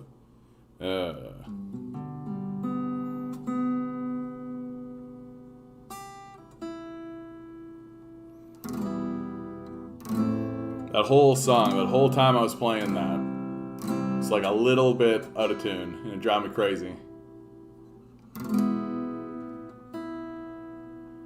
Did you hear? China's going to nationalize the Evergrande property developer. Yeah. Like, first of all, amazing. But, like, think about how dumb it is that, like, oh, you're going to privatize your food production and you're going to privatize the people who are responsible for building and maintaining your housing. Like, that's dumb, right? Like, it sounds dumb on the face of it. That this idea that, like, oh yeah, some private guy is going to run, and but promise he's not going to turn into a slumlord, right? Oh no, no, no. The private property owners, they're not going to turn into slumlords, right? That's not how this naturally, obviously works, right? Like, oh yeah, they'll be completely responsible. They'll completely follow mandates, and they'll be completely, they'll completely listen to the political system. Like, get the fuck out of here. I'm glad to see that China's doing this stuff, dude. I hope it goes crazier. I hope they get more extravagant. Like, I hope they get bigger than this. Like, this is like a start. The problem, of course, is that the propaganda system here in North America has largely been successful at demonizing China. That there are large segments of the population, and like majorities, right? Majorities who believe that China is actually some demonic evil place, right? Instead of like, you know, a culture that's attempting to deal with its own problems as humans do, right? And like the Uyghur genocide narrative is still fairly well entrenched. There's still large segments of the population. The great irony, right? And it's going to be very difficult to ignore for future generations, should there be any, looking back, being like, so these guys were legitimately walking around saying that the media is untrustworthy, that you cannot trust the media. But when it comes to China, everyone believed everything that they were told, right? Like, because at the end of the day, we are just like squalling monkeys who want to believe the worst of our neighbors, right? And when somebody shows up, and says, hey, maybe love your neighbor as yourself, well, what do? They crucify that guy, right? That's the guy that gets crucified. Yeah, watching Chinese government brutalize capitalists is keeping me sane, yeah. Yeah, it's nice to know that there's a force of good operating in the world.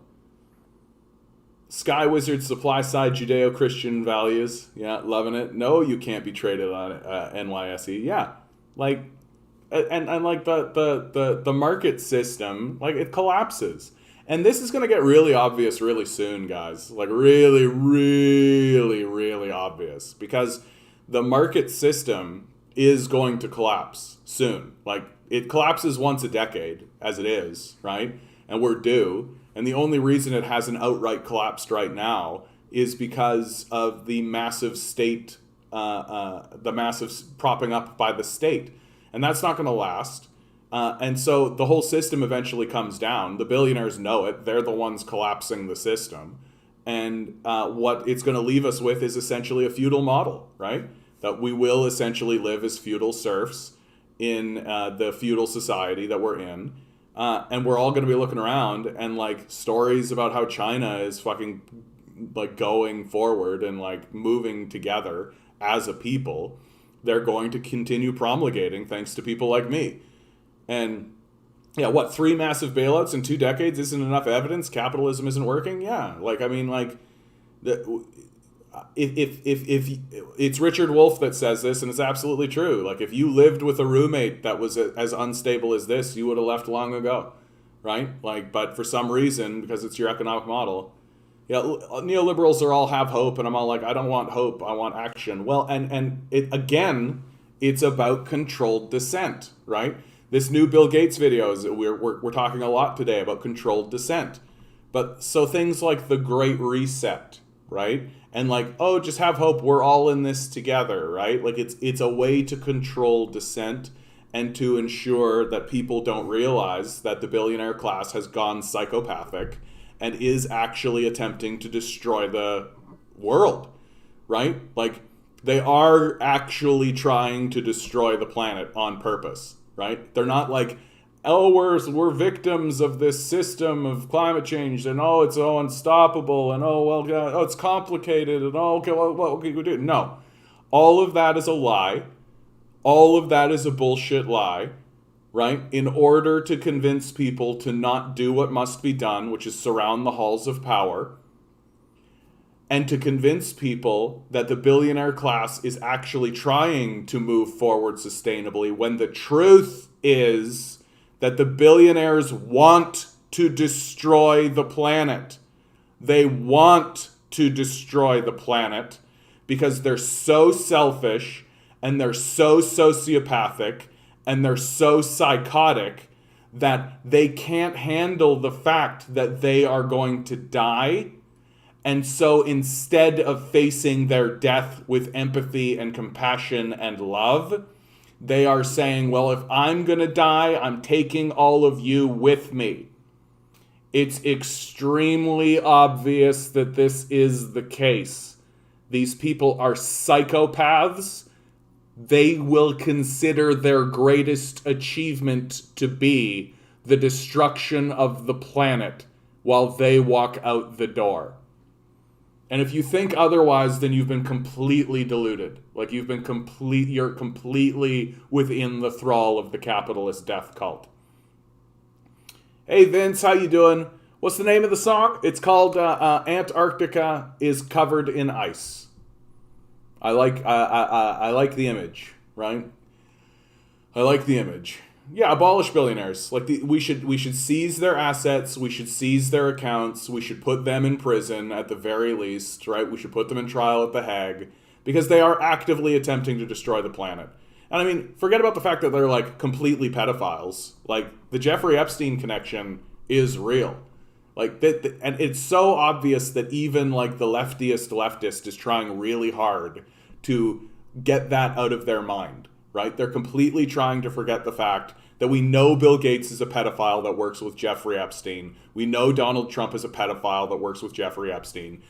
We know.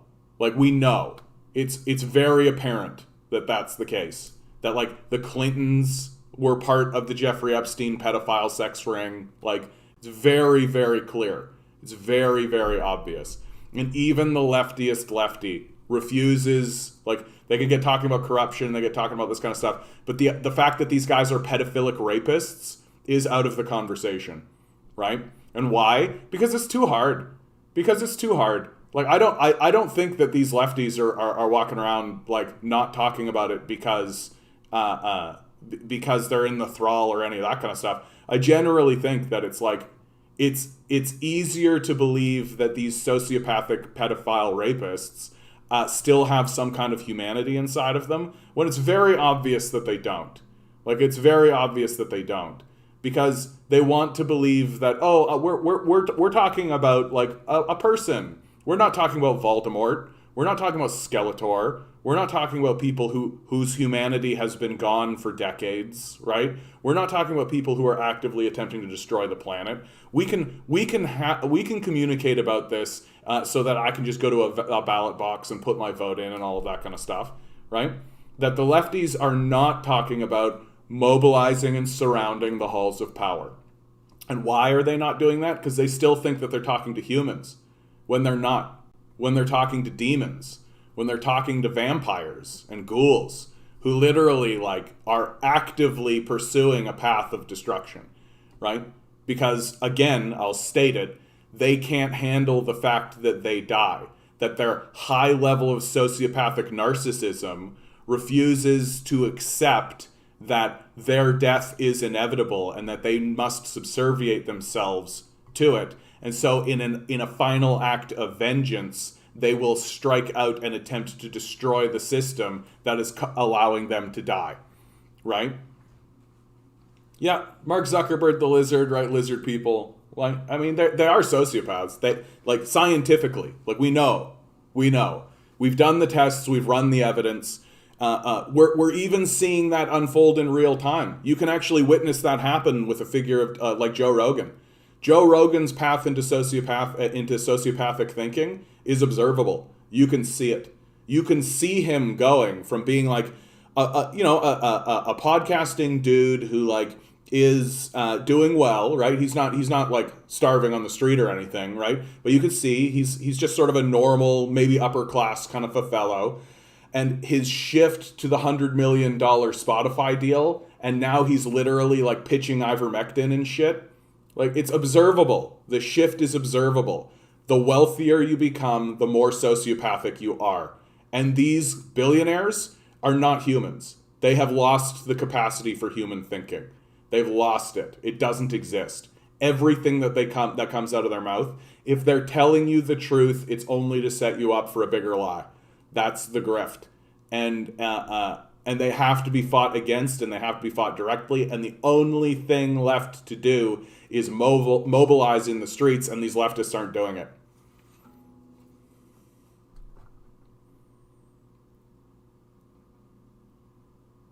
U.S. with Nazis, first man on the moon. Yeah, USSR, first satellite, first dog into space, first man into space, first woman into space, first picture of the dark side of the moon, first spacecraft or other planet, first robot on the moon. Yeah, like it's first space station, first spacewalk. Only way to get NASA astronauts to space via Soviet Soyuz. Yeah, like, oh no, but communism doesn't work, right? Developmentally disabled, like a serious mental condition that needs treatment. Yeah.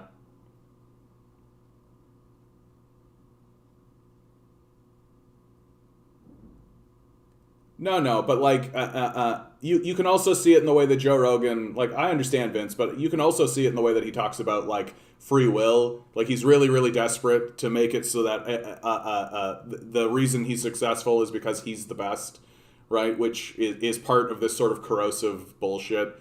The stand up straight with your shoulders back, right? All that kind of stuff. Like, and he has people on. What really twisted me and made me realize, like, oh yeah, like Joe Rogan is now part of the death cult because he keeps having CIA agents on his show. And then on top of that, when he has people on, remember, it's all about controlled dissent. So he has people like Jimmy Dore on, he has people like Abby Martin on, right? Who are anti-imperialists, who know the truth about what's going on around the world and talk about it. And when he has them on, the clip that he uses to promote them is some bullshit conversation that he has about aliens or something, right? Like, so he's part of the capitalist death cult. He's happy to do it because the capitalist death cult is paying him a lot of money, right? Like, the Spotify deal is like an enormous moment for him, and you can see the turn. You can see it happen. You've hit the nail on the head with the psychopaths, sociopaths. They really do lack empathy, psychologically speaking. And we never talk about mental health. Well, I mean, like, who is Jeff Bezos if not some crazed billionaire, right? Like, really think about what it takes to have that kind of money, and instead of going, hey, I should make sure that there's no homeless people in my city, right? I should make my city really nice. I should really help people with this. Instead, you go, I'm going to shoot a rocket into space. Yeah, bro. Hang loose, right? And the Some More News guy, Cody Johnson, he actually made a really interesting case that said that Jeff Bezos did that rocket launch in order to perpetuate a further scam, right? Because the scam is always that, well, when you go into space, you have this like revelation, right? You have like an epiphany when you go into space. And so Jeff Bezos comes back, and his epiphany that he has is, oh, we're gonna send all polluting industry into space, so we can send our pollution into space, right? So we'll stop polluting the Earth. We'll send that pollution into space, and that's his epiphany. And it's clearly just salesmanship. It's just a way for him to sell the idea that of doing this. And of course, it's idiotic. If you actually like look at what it would take to get all of the polluting industry into space, like, you would destroy the planet doing it. Like, it's moronic on the face of it. And obviously Bezos is using his rocket flight as a cynical attempt to advertise for his solution. And of course, his solution maintains his own prestige and wealth, right? Yeah, Bezos in a flight suit with a cowboy hat was just like, mwah, yeah. And like, while simultaneously telling everybody that they were the reasons it was happening, right? That he outright explicitly said that the system of exploitation was responsible for this moment in history, right? Like, it's either a total detachment from the barbaric cruelty of the system he maintains, or it's a reveling in the fact that he is exploiting people and causing pain and suffering, right? I generally think it's probably a combination of the two. That, like, the Schadenfreude, right? The joy of other people's suffering, right? Especially in the billionaire class, is getting pretty intense, right? There's a reason they go to Jeffrey Epstein's island and rape little girls, right? There's a reason they do that. And it's because they enjoy the suffering of other people. That's the whole shtick. It's the whole shtick. And I don't know why we're still pretending like I don't know why we're still pretending like something else is going on. It's because most people are actually good-natured people, right? Most people are actually good-natured people. They actually think well of the people around them naturally. I think that that's true. That capitalism has to train you to believe that other people are bad. But so people don't want to believe of the powerful that they are actually as bad as they are, right? Like, you know, if you're living under Darth Vader, you don't want to necessarily admit. And then there's the fear aspect, right? Like, if you actually do admit that someone like Jeff Bezos is a sociopath who's attempting to destroy the planet, well, what are you going to do about it? Right? We got a pretty good thing going on here. Let's just keep our head in the sand, right? Let's not bother fighting back. Let's not bother doing any of that. Oh, yeah, that reminds me. About fighting back, I saw...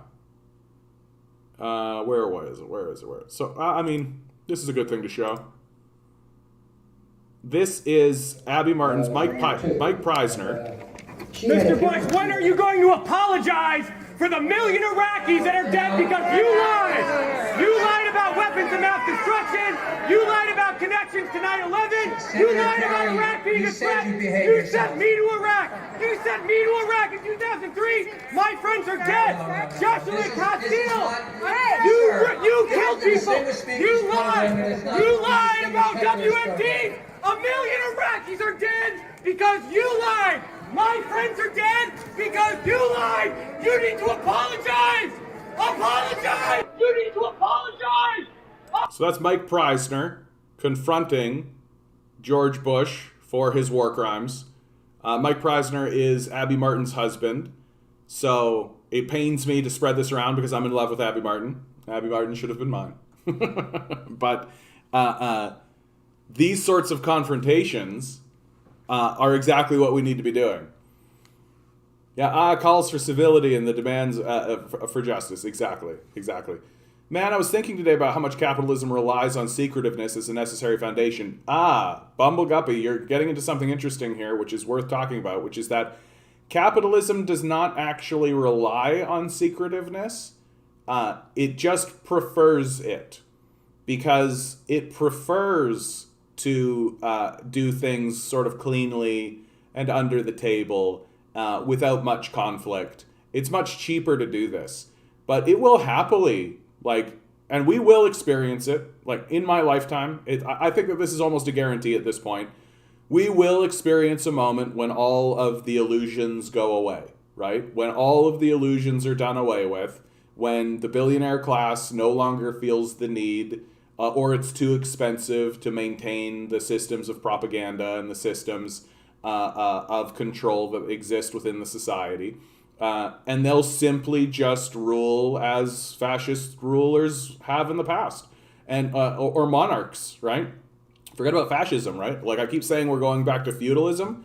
There's going to be a moment where someone's going to stand up and say, I'm the king or the god emperor or whatever title they want, the grand chancellor, whatever name they give themselves, right? The high CEO or whatever, right? There is coming a moment, and it's going to be sooner than we think, where these billionaires are just going to stand up and say, we own this place and there's nothing you can do about it, right? And if the United States military,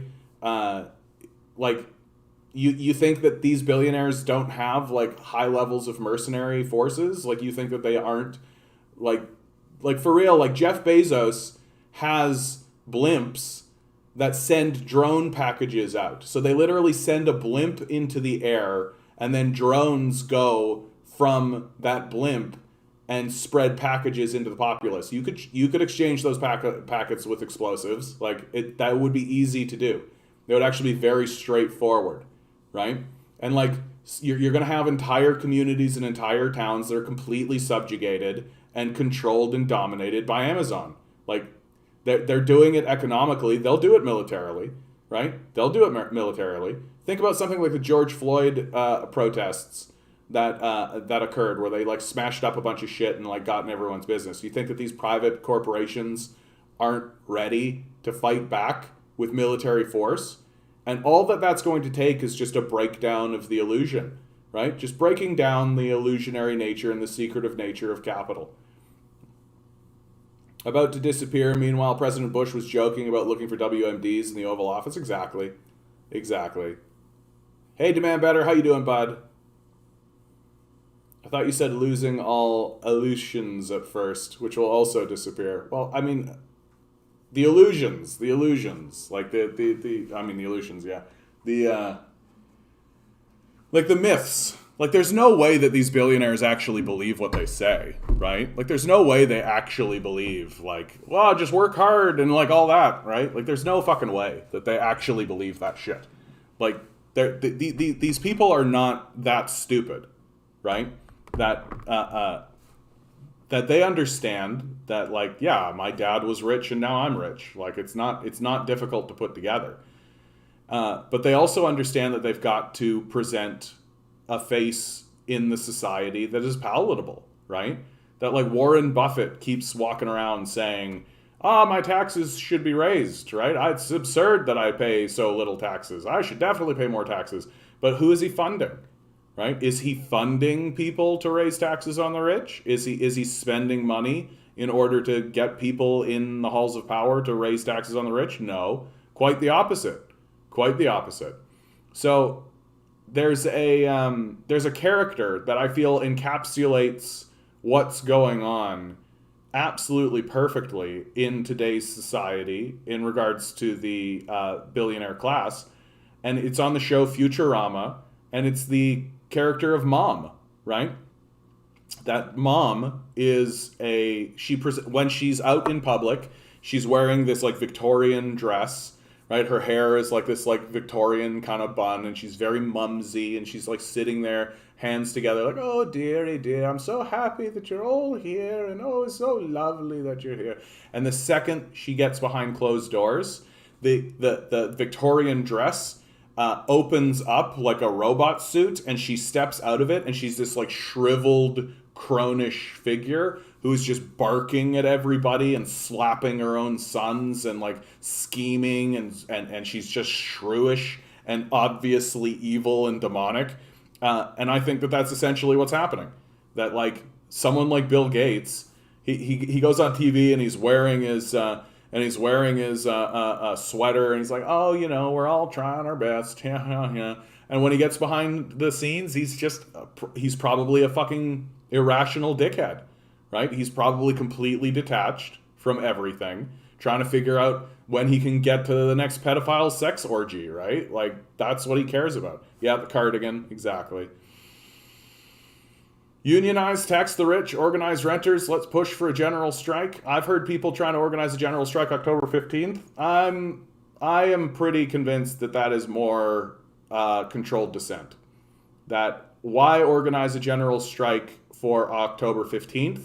If you're trying to control dissent, because it's a good way to diffuse energy, because that's really late in the season. So even if it's successful and you get a whole bunch of people onto the streets for October 15th, it's not going to sustain itself through November and December, right? The winter months. You really want to be organizing a general strike on like May 20th. Like that's when you want that, so that you can sustain it throughout the entire season. That's what you want to do. And yet, for some reason, everyone's listening to Gates about vaccines. Well, that to me just ties into the fact that we worship billionaires, right? That the opinions of billionaires have to be listened to because obviously they're God kings, right? Obviously they're God kings. They wouldn't be billionaires if they weren't gods, right? They wouldn't be billionaires if they weren't genius people, right? Like just like completely so you know, if Gates was standing up talking about anything, we always like listen to what the billionaires have to say, because obviously the billionaires aren't just grifters who are trying to sell us solutions so that they can enrich themselves, right? Philanthropy, exactly, right? And then you actually take a look at what they actually did and what they were doing, including Gates. Like, this is Bill Gates across the board. Bill Gates just bought up other people's inventions, right? That's what he was doing. Bill Gates was just buying up other people's shit and claiming it as his own, attaching it to his own shit, right? And it's not like Bill Gates was there with like a screwdriver, like actually doing shit, right? Like once you get $1 billion, you literally point at a group of people and you say, make this, right? That's what actually happens. And we're so easily grifted, like we're so gullible. Steve Jobs, like his marketing campaign, like if you can call him a genius, it's because he was an excellent salesman, that he understood that the way to actually sell stuff to people is to convince them that they are part of a religious movement, right?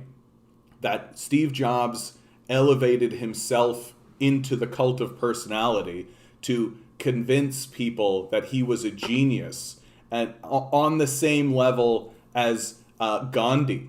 Like Steve Jobs was like showing pictures of like Gandhi and John Lennon and then himself, right? And people bought into this fucking manic, insane, sociopathic idea that a dude that's selling you a toy, because that's like, for real, let's be real straight about this.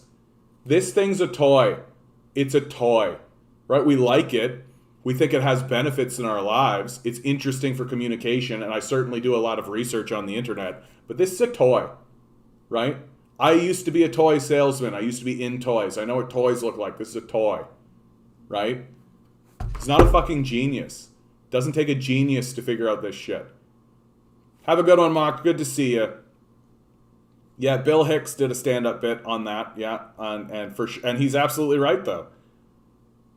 Oh yeah, Gates has one of the best HR teams that exists on the planet, without a doubt. His HR is unbelievably good.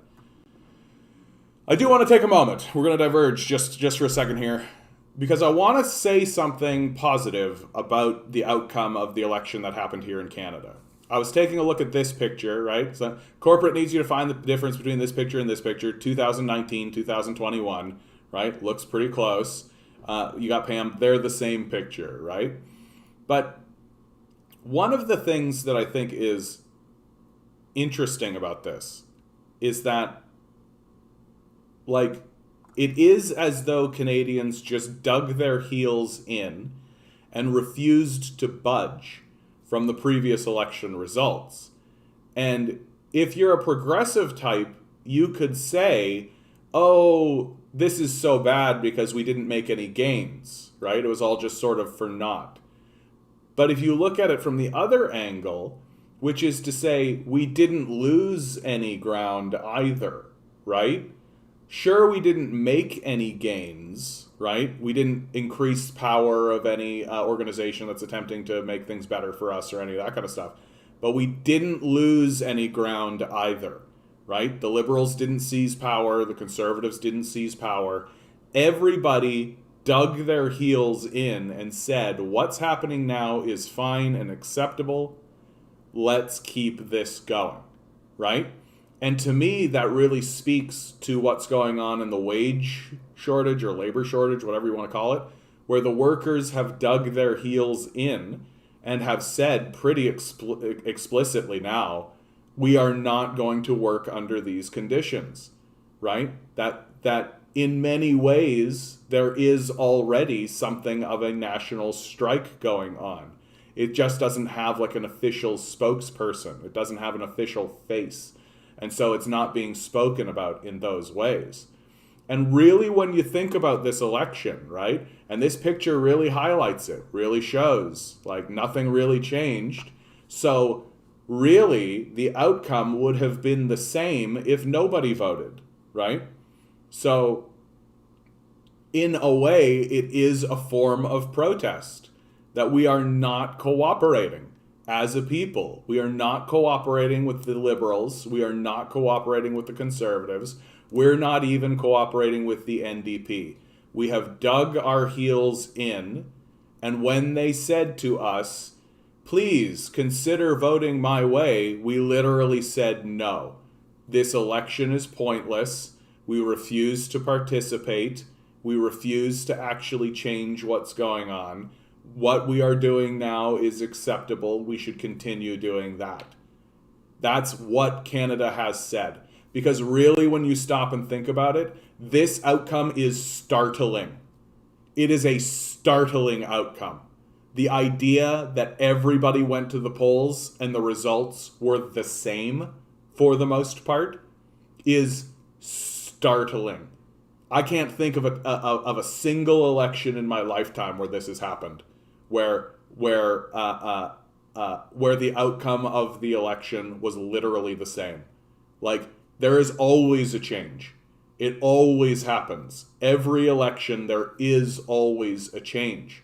Canadians want to change things. Canadians want to alter what's going on in the political arena. So the fact that they didn't on this election at all, in any way that can be described as meaningful, is extremely notable.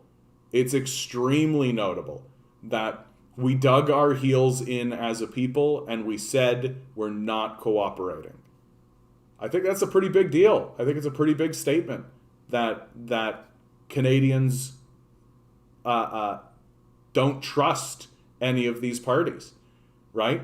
That they want a minority. Like, we want a minority government. We want a government that is forced to collaborate and communicate, because the outcomes of that over this pandemic period have been nothing but beneficial for us, right? The passage of the CERB alone, right? If that's the outcome of a minority government situation, let's keep it going. Let's keep it going. So I take a look at this and I'm beginning to think more and more that this itself is a form of protest. That Canadians are standing in protest against the political apparatus itself. And they're saying, no, we're sticking with what is happening now. We don't give a fuck about any of this. Like, oh, I could run it better. I could run it better. That's just childish whinging as far as we're concerned. You know what the Canadians say? This is a pointless election. We know that it was pointless, and so we're going to keep it the same way. It's a pretty powerful statement, in my view. How was the voter turnout? I'm not quite sure. Let's take a look. 2021 Canadian election turnout. I wouldn't be surprised if it was quite low. Near historic lows. Here you go. Voter turnout for Canada's 2021 federal election near historic lows. Oh, and of course it's a pay to play. Pay to play, pay to play. What's behind low voter turnout in Canada's election? Experts seek answers. I can fucking tell you. Like, it's really obvious. It was a pointless election. Nobody wanted it, and all of the parties are neoliberal. Like, done. You don't need like a big, like, you don't need to pay anybody. Like, what were the percentages? A turnout of 58.96%, right? So the previous election saw 67%. So that's almost, that's like a 5, 6, 7% drop. Like, that's, there are two things that lead to a decline in turnout. One of them is whether or not people feel the election is of consequence. And the second thing is whether or not the friction that's associated with the voting process is low or high. I'd say that this is probably the big one, right? Like, I think most people think that the outcome of, like, what's the difference really between voting Conservative, Liberal, or NDP, right? You could make arguments one way or another, but people are pretty well aware that these parties are neoliberal capitalist, right? That at this stage, people do want more fundamental change. We've been saying it for decades. Like, a big reason why America jumps from hope and change Obama to Donald fucking Trump is because Obama didn't bring the hope and change, did he? Right? Like, he got into power and he just acted like a fucking neoliberal the whole time. And so so I think most people, and I mean, even I was sitting here being like, should I even bother? Like, what's the fucking point of even going in for this thing, right? Like, it's not gonna matter. It's not gonna matter. And it didn't. 600 million, actually closer to 700 million POC for a stalemate. Yep. Yeah. But when you're in a fight against the capitalist death cult, right? which that's what our political system is, right? Every single party is in thrall to the capitalist death cult. A stalemate, I'll take it. Yeah, I'll take it. NDP voter turnout was about the same, but most others mostly dropped. Yeah. And I agree, minority governments are so much better, right? It forces collaboration. I wish, if I could make one structural change to the way our system worked, it would be that I would always insist for minority governments. Like, I think minority governments are the way to do it. Like, it forces people to actually talk to one another. You don't get caught in your own little bubble, right? You don't get caught in your own little isolated echo chamber. And the Trudeau Liberals for sure got caught in their own little isolated echo chamber. Like, that's the only way you could see how moving forward with this election was a good idea, right? Like, imagine thinking that moving forward with this election in the middle of a pandemic was a good idea. Like, this is one of the major. This is a major political backfire for the Liberals, for sure. Like, they wanted to get their majority. The Conservatives instantly called them out on it. Well, and so did the NDP, but the way the Conservatives did it was fucking hilarious. I wonder if I can find that Willy Wonka ad, dude. I hope. Willy Wonka Conservative ad. O'Toole, of course, the leader of the Conservative Party. Some inside say there are concerns about his ability to perform in his first election of leader. Here you go. Here we go again. Daddy will get you a golden goose as soon as we get home. No, I want one of those. This is, just look at I this. want a party with roomfuls of laughter. 10,000 tons of ice cream. So this was a video released on Twitter talking about why Justin Trudeau would be calling this election, and just for the sole purpose of wanting a majority. But you saw frustration sort of boil over with a number of members of the Conservative caucus taking to Twitter to decry this, calling it embarrassing, doesn't set the right tone to show that this is a party that's serious about leading the country. And then you saw a new video from the Conservatives that all of those critiques are accurate. It was completely embarrassing. It was super cringy. It was super terrible, and it fucking worked. That's the thing that people need to understand. Absolutely, it was embarrassing. Absolutely, it showed that it was not a serious party. Absolutely, all of those things are absolutely true, and it completely fucking worked. So, what are you going to do? What are you going to do? The question of neoliberal politics is how long you can keep the people powerless and contained. Exactly. Exactly. Hey-o. Hey, Duke. How you doing, bud? Looks like I missed the convo about the Gates propaganda. Yeah, that's okay. I'll probably end up clipping something like that. Oh, I love you too, Alex. What a sweetheart you are, bud. Hey, Alex, I wanted to let you know that I listened to your most recent song on the Discord, and it really inspired me to write my own tune. So I have you to thank for the most recent piece that I wrote.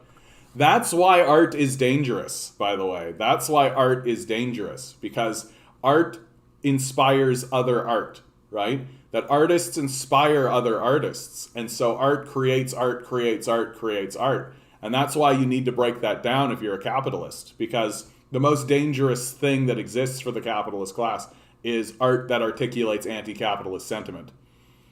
Oh well, I tell you, Alex, like your stuff, you gotta find like a fucking crew, like a goth metal band. That's what you gotta do. Find like a goth metal band, show them your writing, show them your tunes, dude, and they're gonna pick that shit up, and like it's gonna blow something up. Like it's gonna blow something up. Like your writing's really fucking good, dude. It's really fucking good. Yeah, art is contagious. Yeah, that's dangerous. That's super, super dangerous. You cannot have artists actively working and being successful in your society. You just can't do it. The only art that's allowed to exist is commercial art. Art that's used to sell shit. Which is why our culture sucks. That's why we have such a shit culture. Like, we're constantly just trying to sell shit to each other. It's brutal. It's brutal.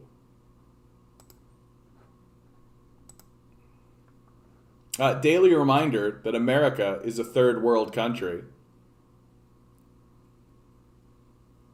Their baby died in hospital Then came this $257,000 bill. A New York family had good health insurance, but the bill for their daughter's care started showing up and kept coming. Like, really think about that. Like, think about how despicable that is as a culture, like, as a society, as even a business. Like, that's despicable, right? Your family you lost the baby, and now you're going to hit them with $250,000 of debt? Like, that's grotesque. Like, that's grotesque. If you need any other indication, like, is there any other indication that your society is in a state of complete decay than this? Like, absolutely not. Hey, Helpful Fox, how you doing? Don't know if I've ever seen you here. It's good that there's a Helpful Fox in chat. That's always nice. Yeah, people should just die instead of going into debt, obviously. Yeah, obviously, that's the solution, isn't it? Like, it's why, don't bother going to debt. Just die, right? Just die. Well, and I mean, ultimately what this is going to result in is it's going to result in them declaring bankruptcy.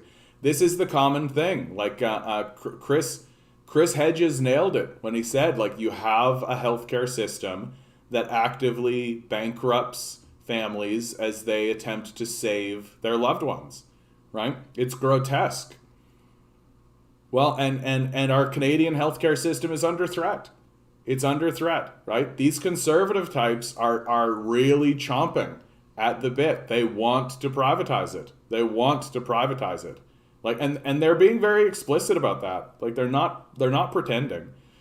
Like, maybe they're like putting it in flowery terms, or maybe they're like, but like when Aaron O'Toole says he'll leave the question of privatization up to the provinces, that means that they're privatizing, right? Like, we should be very scared of that. We should be very skeptical of that. And these conservatives walking around saying, this is what they want. This is what they want, right? This is the outcome they are looking to achieve. And we should stop pretending like anything else is the truth. The U.S. government has expired the COVID Medicare emergency money, so people are stuck with their bills. Yeah. Like, and like, you have states, it can't be more explicitly stated than this. Like, the narrative that, like, oh, people aren't going back to work because they have employment benefits, right? And the employment benefits that exist in the United States are pathetic. They're pathetic. The idea that people are not going to work because of employment benefits, these pathetic employment benefits that exist in the United States, is an absurdity, right? And so the outcome, right, is that several states went along with that narrative. The governors went along with that narrative, and they removed the benefits. And what happened? Their fucking economy collapsed. Why? Because nobody has any money, right? And the rent is too high where the jobs are, and the wages aren't high enough to pay the high rent. Like, it is actually extremely simple. And there just comes a point where, like, you have to accept either one of two things are the truth. That the people who are in power are too stupid to realize what's going on, or this is the outcome they want. And in my view, it's probably a little from column A, a little from column B. How do we convince people that our policies and idea aren't too good to be true? The liberals serve to discredit progressives. Yeah, that's absolutely true. People already know that the policies and ideas aren't too good to be true, right? They already know that. Like, the popular support for ideas like a basic income, like taxing the wealthy, like providing housing, all that kind of stuff. Like, the popular support for those ideas are high, right? We already do know. Like, it's just whether or not we're actually going to get a political movement in this country that's actually going to do it, right? Because it's not about whether or not the policies work, right? It isn't now, right? It's about getting a political organization that's actually going to do it, and which is why we need to be surrounding the halls of power, because that's the only way we're going to get any organization to actually do any of that kind of stuff, right? That, like, you're not actually going to get any political organization to tax the wealthy or pass meaningful legislation to actually help anybody unless the halls of power are surrounded. Like, that's what it is going to take. I found that many people just didn't believe that the NDP could deliver when they agreed. Yeah, I mean, the NDP has been delivering thus far, right? Like, and the fact that we're in the position that we're in, it looks to me like Jagmeet Singh's next play is to put, literally just keep putting bills out there that are just like, we are going to raise taxes on the wealthy. Like, make the Liberals vote against these bills. Make Liberals vote against legislation like raising taxes on the wealthy. Make them vote against legislation that you are just consistently tabling over and over again. Make the Liberals vote against it. That's how you're going to convince those types of people that the NDP is quite serious. And if the NDP does anything other than just continuously table legislation, because when you table legislation like that and it gets voted down by the Liberals, it does make headlines, right? And that's the strategy for the NDP moving forward. Keep tabling legislation. Keep forcing the Liberals to vote it down, right? I don't think they are too stupid. I think they're really smart. We need to stop dismissing our opposition. Yeah, that is a fair point, Helpful Fox. That like much of what is happening intentionally and on purpose. It's not about stupidity. It is that they are intentionally doing it. Yeah, I think you are right. Same with my dad. He thinks all politicians are thieves and in it for themselves. It's depressing, this amount of cynicism from people. Well, and I mean, there is a high degree of careerism that exists. Like, someone like Jagmeet Singh is a careerist. Like, he wants to be the Prime Minister of Canada because the Prime Minister of Canada is like a checkpoint. It's like an achievement, right? Like, he plays video games, right? So becoming the Prime Minister of Canada, like, achievement, yeah, Prime Minister of Canada, yay. When it comes to power, I will bet on a cunning, beguiling person before a smart person to succeed. Just the facts. Oh, yeah, okay. It takes a certain level of intelligence to reach that. I'm just really hoping he holds Justin's feet to the fire harder this time with their minority. Yeah, like I say, it's just about tabling legislation. That's all it is. Just keep tabling legislation. Like, the NDP ran on taxing the rich to improve people's lives, but no one seemed to know that was what they were offering. Yeah, well, here we are. Hi, I'm Left Media. How you doing? The cynicism is what's so depressing. Well, and the outcome, like, this outcome, I think, really speaks to that. That, like, people don't know where to jump, so they didn't. Right? They just didn't. Nobody jumped anywhere. Everything stayed the same. Everything stayed the same. Ugh. I'm just going to start clicking on these links, see what's going on. Oh, yeah, here's a great one. Truman's creation of the CIA, good boy. Kennedy attempts to heal the CIA, and now, like, I have tried to talk to people about this. Here, hold on. I'm going to go use the washroom quickly. I'll be right back, guys. Chair stream. Chair stream. Everyone loves the chair stream. Chair stream.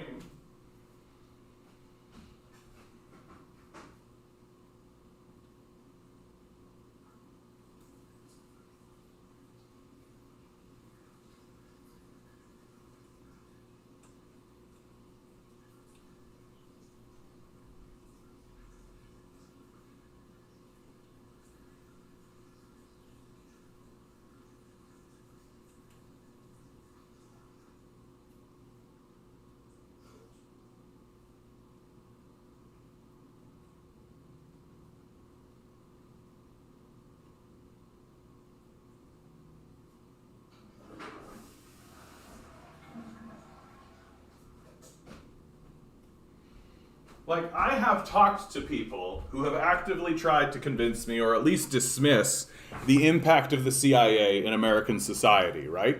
And the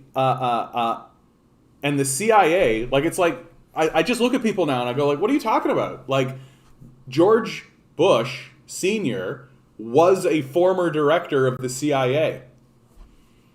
Of course the CIA has taken over. Like, of course it has. Of course it's like a major institution that has massive power in the society. Hey, Captain Canuck, how you doing, bud?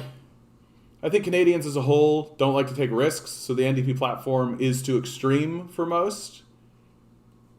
I gotta tell you guys, like, I'm gonna be straight up about it. It's the turban. That's what it is. Like, it is the turban. I think Canadians are ready to take a jump. I think that Canadians are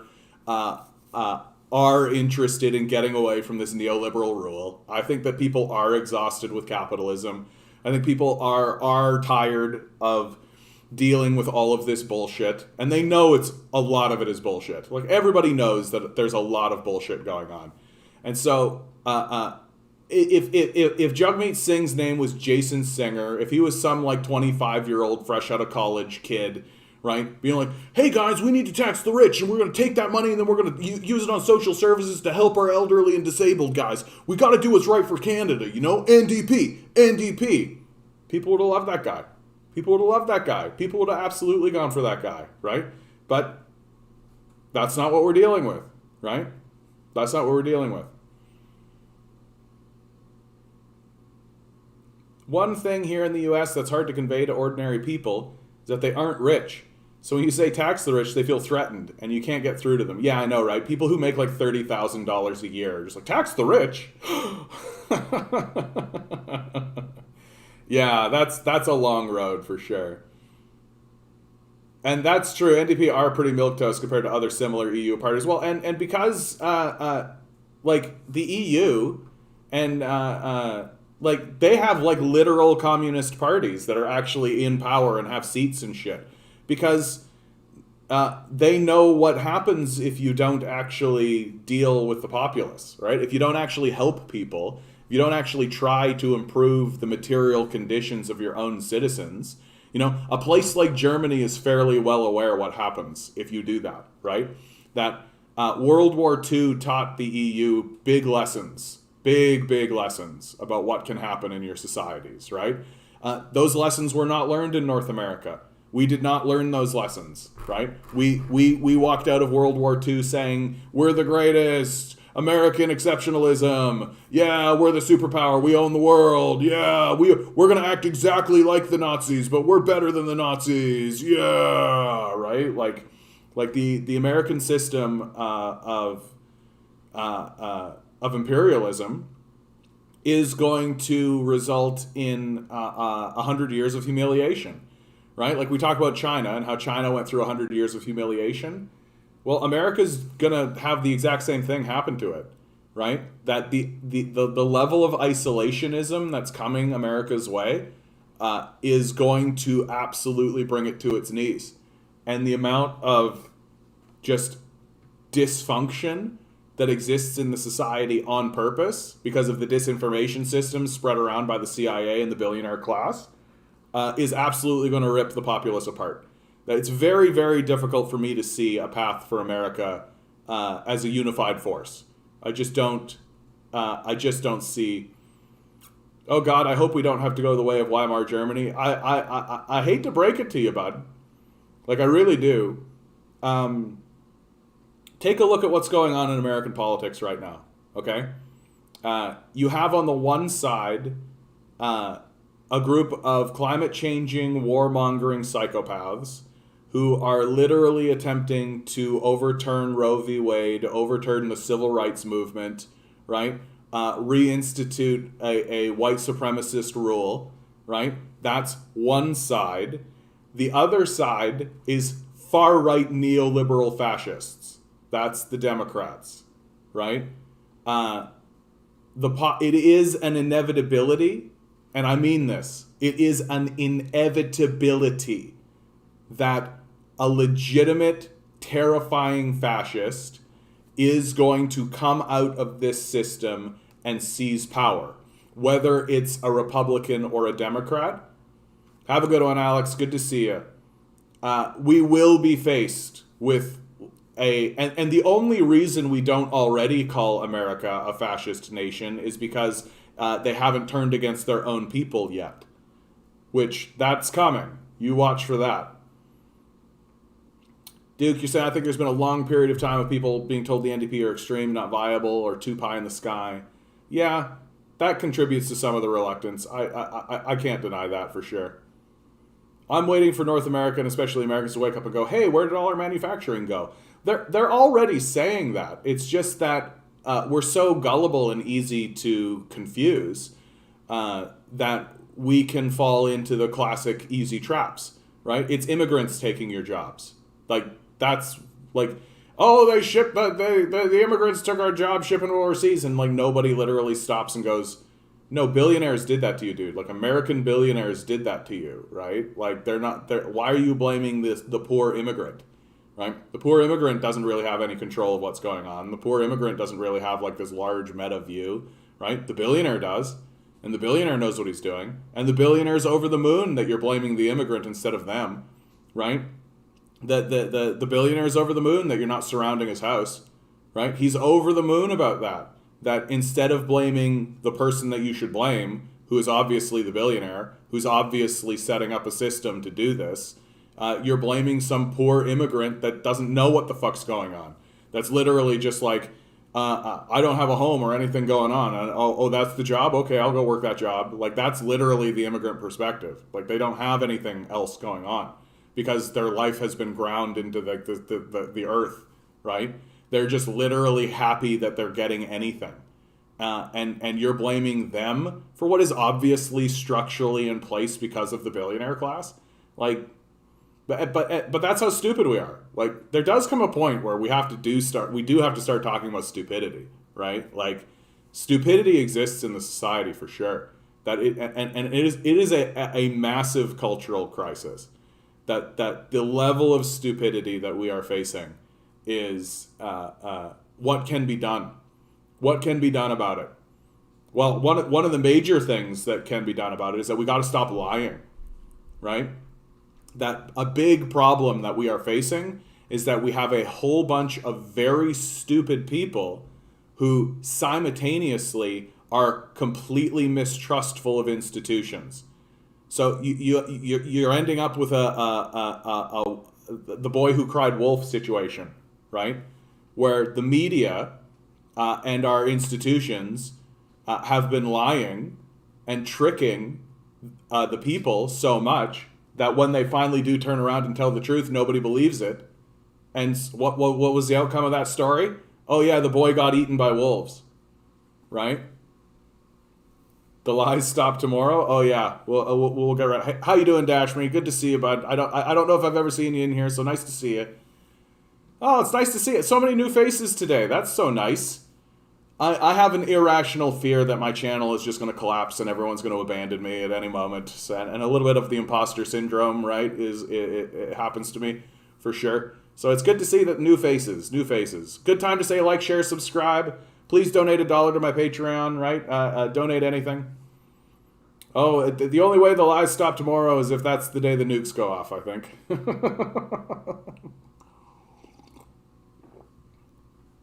We have to rediscover trusting ourselves first and not propaganda. If it walks like a duck and quacks like a duck, that's a duck. I'm walking tomorrow. See you in the morning. Oh, Dashme, this is you. You're the fellow that's walking tomorrow morning. Bud, talk to me tomorrow morning. I want to get you on the live stream. I want to talk to you. I want to talk to you about this. Obviously not right now, and obviously not. Probably not tomorrow. I think you're busy tomorrow. But I'd love to touch base with you, bud, and actually get you on the live stream and talk to you about it. Because what you're doing is incredible, bud. What you're doing is incredible. Anything that we can do to bring attention to our mistreatment of the disabled. And at this point, it's got to be called mistreatment. Like we give less money than the Americans do. We give 3 times less than the Europeans do. Like, it's absolutely brutal what we're doing. It's absolutely brutal what we're doing. And I remember, when I was younger, there was a family who, they adopted a child. And when they adopted the child, they were not told by the adoption agency that the child had significant mental health issues because the mother was drinking and doing drugs through the pregnancy. And so they ended up with a baby that was severely disabled and had severe mental could not participate in life, kind of disabilities, right? Just was not like very wide-eyed and just like looking at the world, right? And they were given the opportunity to abandon that child, right? And to get a different baby. And they said no. That they took that child into their house and they raised that child as their own. And I said to them, on several occasions I've said to them, that's a beautiful thing that they did. And their response was, of course, indicative of the type of people that they were. They said, oh, well, we just did what anybody would do. And the last time they said that to me, I looked right at them and I said, no, it isn't. No, it isn't. What you did was special. It's not what everybody would do. Because it's the truth. That we live in a culture that actively discards those types of people. That actively discards those types of people and actively abuses those types of people. And so to see someone like you taking this hardship on and doing something as aggressive as what you're doing is incredible. Is incredible. And we need more men and women of moral conscience doing what you're doing, which is raising awareness for the abuse that we are sending towards our disabled. It's brutal what we're doing. Like, it's brutal and needless, completely needless, like completely needless. Left politicians need to be courageous and show courage. Neoliberalism instills quiet, constant fear, and the answer is courage. Talk right to neoliberals' face, right in their face. Yeah, like these guys are just careerists. Like they don't want to upset the guys who they go to brunch with. And again, this touch base with what I always say on this channel. Almost every day now I'm saying this. It's dangerous to have even a single billionaire in your society. Even one billionaire is going to reconfigure the society to fulfill the wishes and the whims of the billionaire. And that's exactly what we're seeing. That's exactly what we're seeing. Like, why can't the liberals why can't the liberals just pass an easy piece of legislation? Like, this is a one-pager, right? This isn't a big complicated thing. It's literally just increasing the funding in the system that's already in place. Why can't we do it? Why? Right? Because the liberals understand that the billionaires don't want them to, right? And that's just understood. And again, like, if you're a billionaire, you are a sociopath. Like, that's just science. Like, sorry to tell you, we've done the studies, we've done the experiments, we know what's going on. If you're a billionaire, you are a sociopath. There's no such thing as a non-sociopathic billionaire. Because if you weren't a sociopath and you became a billionaire, the first thing that you would do is give your money away.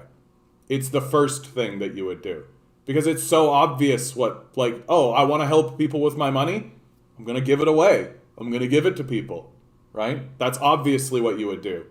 So the fact that there are billionaires and they have maintained their billions and they continue gaining wealth, yep, they're sociopaths.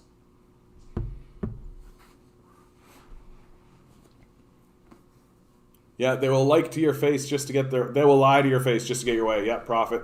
Exactly, Aga. I don't know if I said hi, Aga. How you doing, bud?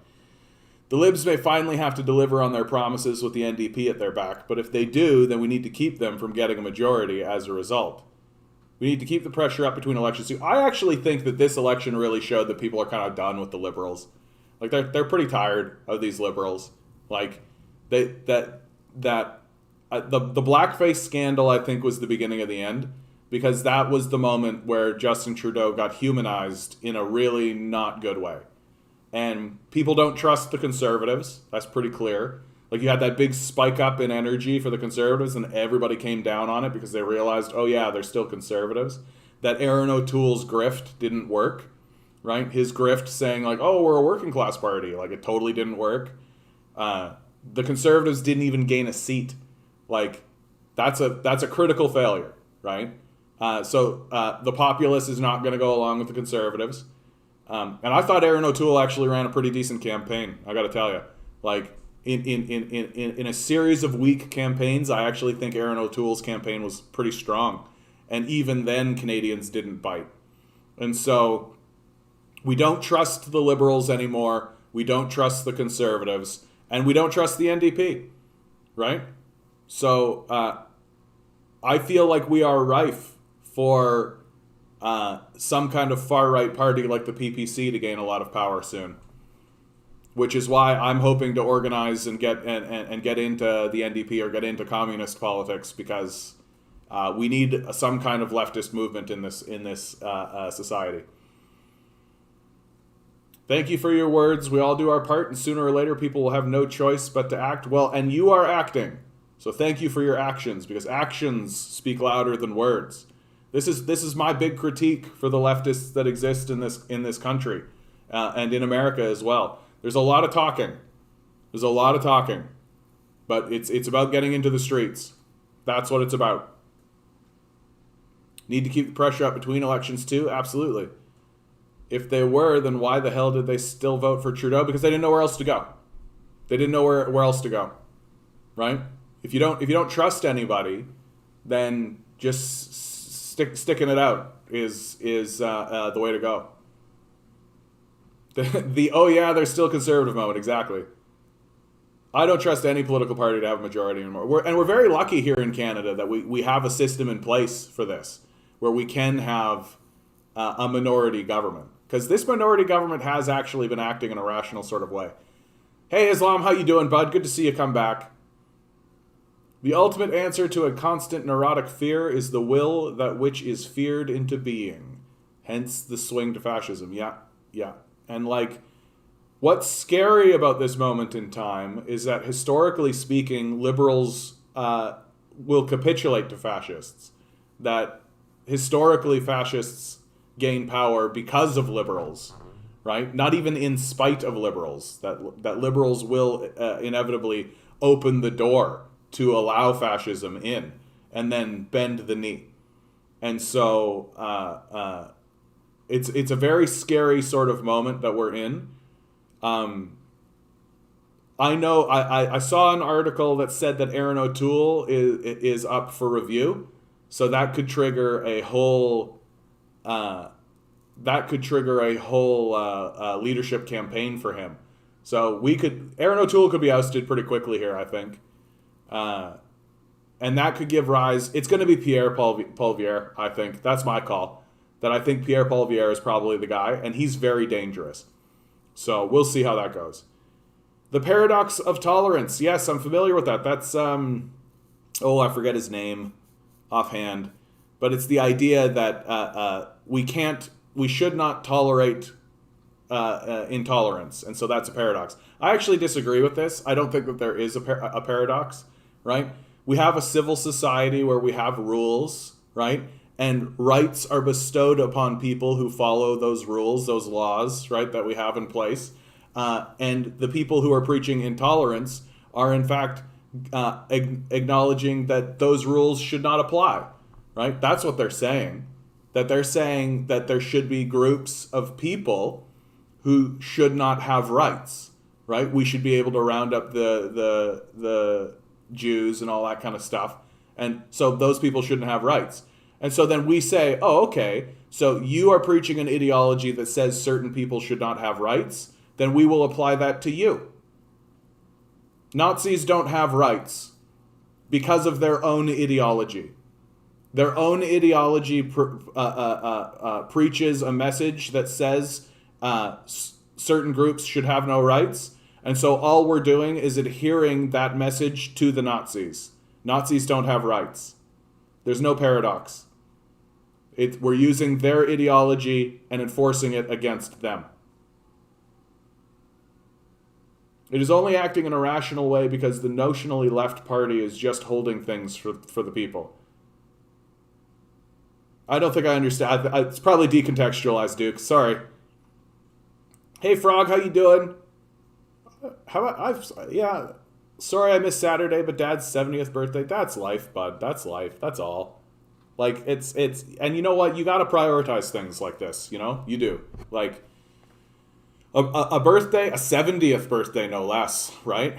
like, I think about this a lot when I think about my dad. Like, I don't have that much longer with him, you know? Like, he's only in his 60s yet, but still, like, there is going to be a moment where he's gone. And I know that's the truth, you know, and he knows that's the truth. And we talk about it fairly often. And it's interesting. It's interesting that there's this relationship that we have with our parents, where as we grow up, we begin to realize that there is going to be a moment where we're no longer really part of each other's lives because they're gone, right? They've gone to a new land, a new place, and it's interesting when you realize that eventually you have to say goodbye. And so I don't hold anything against people who put their family first. That's what's actually interesting talking about this era of Canadian politics, because familial politics plays a lot. Like, Justin Trudeau's father was the Prime Minister of Canada for a long time. Considered one of the most important Prime Ministers of Canada, no less. And so Justin Trudeau does a lot of things that don't really seem to make much sense until you realize that he's upholding his father's legacy. And in many ways, I actually think that reflects positively on who Justin Trudeau is as a person. It doesn't necessarily make him the greatest prime minister, but it does make him a good son, and that's something. That's something.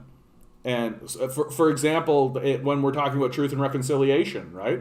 We're talking about finding all these mass graves and all this kind of stuff, right? Well, don't you think an investigation is important? Shouldn't we do an investigation? Well, Justin Trudeau is never going to investigate his own father, right? Justin Trudeau's dad was the Minister of Justice when the residential school systems were still in place. And I've heard it said that, Pierre Elliott Trudeau is a big reason why they shut down the residential school system and moved it into a more secular model. And it's like, okay, that's good on the face of it, right? But, like, was he doing that while saying, like, the residential school system is horrible? Or was he doing that while saying the residential school system isn't doing a good job of it? That's a very different statement. And I can understand why Justin Trudeau wouldn't want people to know that, right, about his own father. And it's very believable to me that Justin Trudeau would have had conversations with his father about this very thing. So he probably knows, right? He probably knows. And so it's a tricky situation for him, but it makes it more interesting in terms of analysis. Familial politics always supersedes national politics or provincial politics, right? Like, that also made Doug Ford and Rob Ford very interesting figures, right? Familial politics really played a lot with those guys. Are you still going to the walks through the graveyard videos? Those have sort of faded away, honestly. Those have sort of faded away. I debate fairly regularly whether or not I'm going to do it. The problem is that I spend so much time talking here, and there's always something to clip. And I feel as though if I'm going to do a walk through the graveyard video, it's kind of a restatement of what I've already clipped and what I've already done. And so it's started to become like unsatisfactory, you know, for me. It didn't really feel good doing those videos. I still do them occasionally, especially if I have something that I really want to talk about. I don't know though, like I don't like, do people really, the channel seems to be growing without them. So it doesn't seem like they're like in high demand. Oh, excuse me. It doesn't seem like they're in like super high demand. So yeah, his grandfather was an MP as well. It's a dynasty. Yeah, exactly. It's usually that is usually the case. Like, it's usually the case that you have like an MP whose son becomes something, right? That's usually the case. That's actually what makes somebody like Stephen Harper so impressive, because he didn't have that kind of familial dynasty in Canadian politics. That his he's entrenched in big business, and so that's something. But like, he climbed the ranks and he became the prime minister. He became the leader of the Conservative Party and then became the prime minister. Like, it's actually a very interesting story that you could tell. Like, I'm a little bit surprised that the Conservatives haven't attempted to make a film or anything about the rise of Stephen Harper, because his ascension to prime ministership is actually really interesting, and a real it has a real underdog vibe about it. Like, really think about it, dude. Like, he dethroned the old Trudeau Liberal Guard, right? He was the guy that dethroned it, and then ultimately gets dethroned himself by Trudeau's son. So it's very interesting. It's very interesting.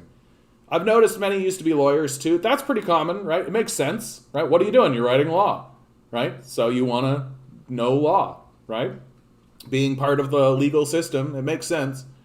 Someone like me, like just some layman, right, would be quite honestly, like, would be a bit in the weeds. Like, I would be, if I were to seize power, I would be relying pretty heavily on lawmakers, because there is like a lot of policy wonksmanship that goes into this stuff. Like, you should see it, dude. Like, it's all public. Like, this is what's interesting. It's all in the public sector. You can go to the government website and take a look at the conversations that they're having to erect this legislation. It is tedious. It is tedious, shitty work. Like the Bill C-10 thing. And because it's tedious and it's shitty and it's because there's all these kind of like side conversations and all and everything interacts with each law interacts with each law, and because of that, the public doesn't really understand what they're looking at when they're looking at it. And so like the big scandal that happened in Bill C-10 was that there was language in Bill C-10 that said, this law is not to apply to individual casters on like YouTube, for example, right? And so they removed that line because it was confusing everybody, right? It was confused, and people were concerned that big business would be able to use this for one purpose or another and all this kind of stuff. And of course, the society loses its mind about it, because it's like, oh, it's government overreach, all that kind of stuff. But the argument always was that the line that they omitted was not necessary because the bill itself does not contravene the Charter of Rights and Freedoms, right? But try to explain this to the populace. Try to explain to the populace that, okay, you have the Charter of Rights and Freedoms. That already protects your speech. That already protects you from these outcomes. So putting in another line in another piece of legislation to reaffirm what the Charter of Rights and Freedoms already does is superficial and also confusing, and also itself can be manipulated and used by big corporations in order to argue something over on the side here that's unnecessary. So let's just take it out because we already have the Charter of Rights and Freedoms. So and that's very tedious work, right? It's very tedious to realize this and come to the point and get all this kind of stuff done. So it's just like, hey, Alex, how you doing, bud? We're in the dwindling minutes here. We're in the dwindling minutes. While we're in the dwindling minutes, is there anything here that I want to just show you guys? Oh, dude. Oh, yeah, this is a good thing to end on. Yeah, I forgot about this. I'm glad that I'm seeing this. Just 24 and in good health, like many, didn't take COVID seriously because the Republican Party signaled him not to. I spoke with Patrick Bershia earlier this month inside an ICU at Billings Clinic in Montana. He told me he regretted not getting the COVID vaccine, but he was grateful that his condition was improving. Sadly, he passed away this weekend. He was just 24 years old. Now, I have expressed a lack of sympathy for these anti-vaxxer types, but this story really got me. It really got me. Because it made me realize, like, what kind of dumb fuck shit was I doing when I was 24? Right? Like, what kind of stupid decisions are you making in your early 20s? Right? Like, what kind of dumb, ridiculous things are you doing? Even while listening to the people who are important in your life, right? And here is a young man who's just kind of getting his feet, who's just starting to figure out who he is, who's just starting to get out there. And he believes the media, he believes the party, he believes these institutions who are actively lying to him. But he believes them. And why shouldn't he? They're large, extremely well-funded, right? And he doesn't know any better. He's just a kid. He's just a kid. And that really got me into a new sort of place. Because I think that we need to be looking at these people who are dying of COVID, especially the unvaccinated, and we need to be acknowledging that they are victims. That they are victims. That my initial response to dismiss them with that kind of lack of sympathy is a mistake. A mistake that I apologize for. Because the truth of the matter is that these people are being lied to. That the disinformation campaigns from multi-billionaires are overwhelming. And it's irrational. It's completely irrational to believe that a 24-year-old kid is going to have more wherewithal than a disinformation system and a United States federal party. It's irrational to say that a kid like this is not going to be bamboozled. Of course people are going to be deceived. Of course they're going to be deceived. They don't know any better, and how could they? They're vulnerable. And so ultimately the blame for what is happening in the United States rests squarely on the people who are lying about it. Squarely. And nowhere else. Because this story really made me realize that we shouldn't be blaming the people who have been deceived. We should blame the deceivers.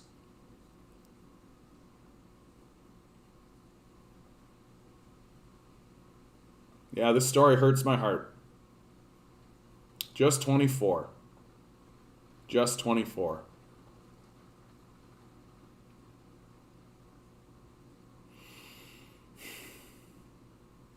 I appreciate you for saying this. Thanks, Duke. Thanks, Duke. Well, and honestly, the narrative that says, oh, I have no sympathy for these guys and all this kind of stuff, that's not building unity, right? That's not building community. That's not building a society, right? That's not coming together and trying to improve things, right? That's driving wedges. And I understand the emotional response of it. I fell prey to it myself.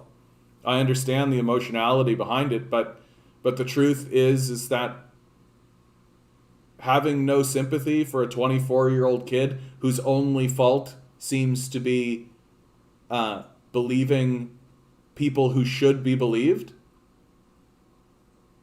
when they're lying,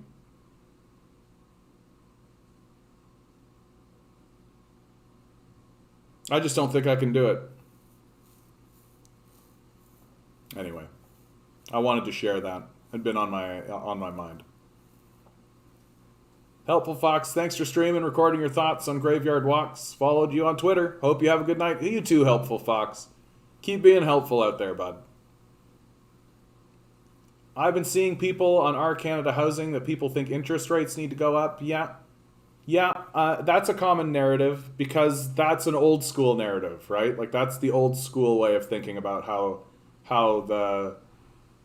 things should go. And when I say old school, I mean like pre-1980s. And that kind of narrative, like it literally is not about interest rates. Like raise the interest rates as high as you want. The billionaires are still billionaires, right? Like raising the interest rates isn't going to do anything. They don't care. They have billions of dollars. They don't give a shit. Like the people and especially like Canada Housing, right? Like what's kind of heartbreaking watching these guys is that they are middle class, upper middle class people who are trying to get their first house, right? And they don't realize that the system of abandonment, the capitalist death cult that they're in, that what they are experiencing is a continuation of the logical outcome of neoliberal capital. That the same forces that render people homeless, that suppress people's wages, that create shitty work conditions, that make things harder for people who are poor and on the lower middle class end of things, those same forces are what's responsible for making housing unaffordable for them. And it's the same line. They don't get that. They don't realize that the people who they've been just saying, "Oh, just get a better job, just get a better education," to, are the same, that they're the same now. They don't want to accept that the people they've been denigrating and shitting on this entire time actually ended up being their allies and actually are in the same boat as them. And they genuinely think that doing things like raising interest rates are going to change anything, and it's not.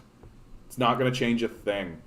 The billionaires have hundreds of billions of dollars. They do not give a fuck about the interest rates.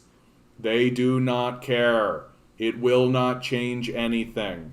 It will make your life harder. It will not make the billionaires' lives harder. It's not going to balance out anything. It's not going to do a thing. They will continue to use their billions of dollars to buy up housing because they have billions of dollars. And they will continue to pay off media outlets to scapegoat immigrants and scapegoat small slumlords and things like this, so that no one will actually stand up and say, "Oh, hey, yeah, there's fucking billionaires," which is the problem.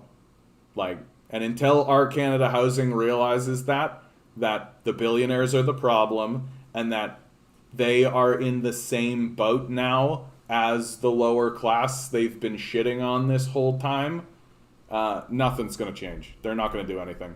And it's heartbreaking to see, because I don't know how to convince them. I don't know how to get them into that place. They're literally walking around saying stuff like, "Build more housing." Doesn't matter. There's a billionaire, right? Their solutions don't work because they don't accept that billionaires exist, and they don't understand how much $1 billion actually is.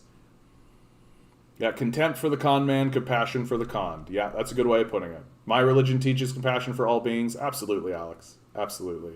And I think it's important, and one of the things I think is important, it's important to bring to the table when you realize, or when I realize, I'll be specific about what's going on here. When I realize that I've done something wrong or something that I think is not correct, I want to bring it forward and I want to address it, because I think that it is a mistake to dismiss these people and to say that we shouldn't have sympathy for them. And I'm guilty of that myself, and so I apologize, because I think that the road of empathy and compassion is always the right road. Anyway, guys, we're at the end. Let me just read these last ones. Thank you, John, for spending time with us, sharing your wisdom and thoughts and emotions. Have a good evening. Thank you, Misty. That's so kind of you. Pissed off Canadian, heart unicorn? Absolutely. Heart unicorn. Dash me. I love the platform, differences of opinions, and civil conversations. See y'all tomorrow. Please prepare for the odd curse word. Thanks for the support. Let's all work together. Absolutely. Good job, John. Cheers. Have a good night, comrades. Have a good night to you as well, Duke. And always remember, guys, you are divine beings standing in divine energy. These billionaires spend hundreds of billions of dollars to convince you something else is going on. Don't let them. Good luck. We're going to need it.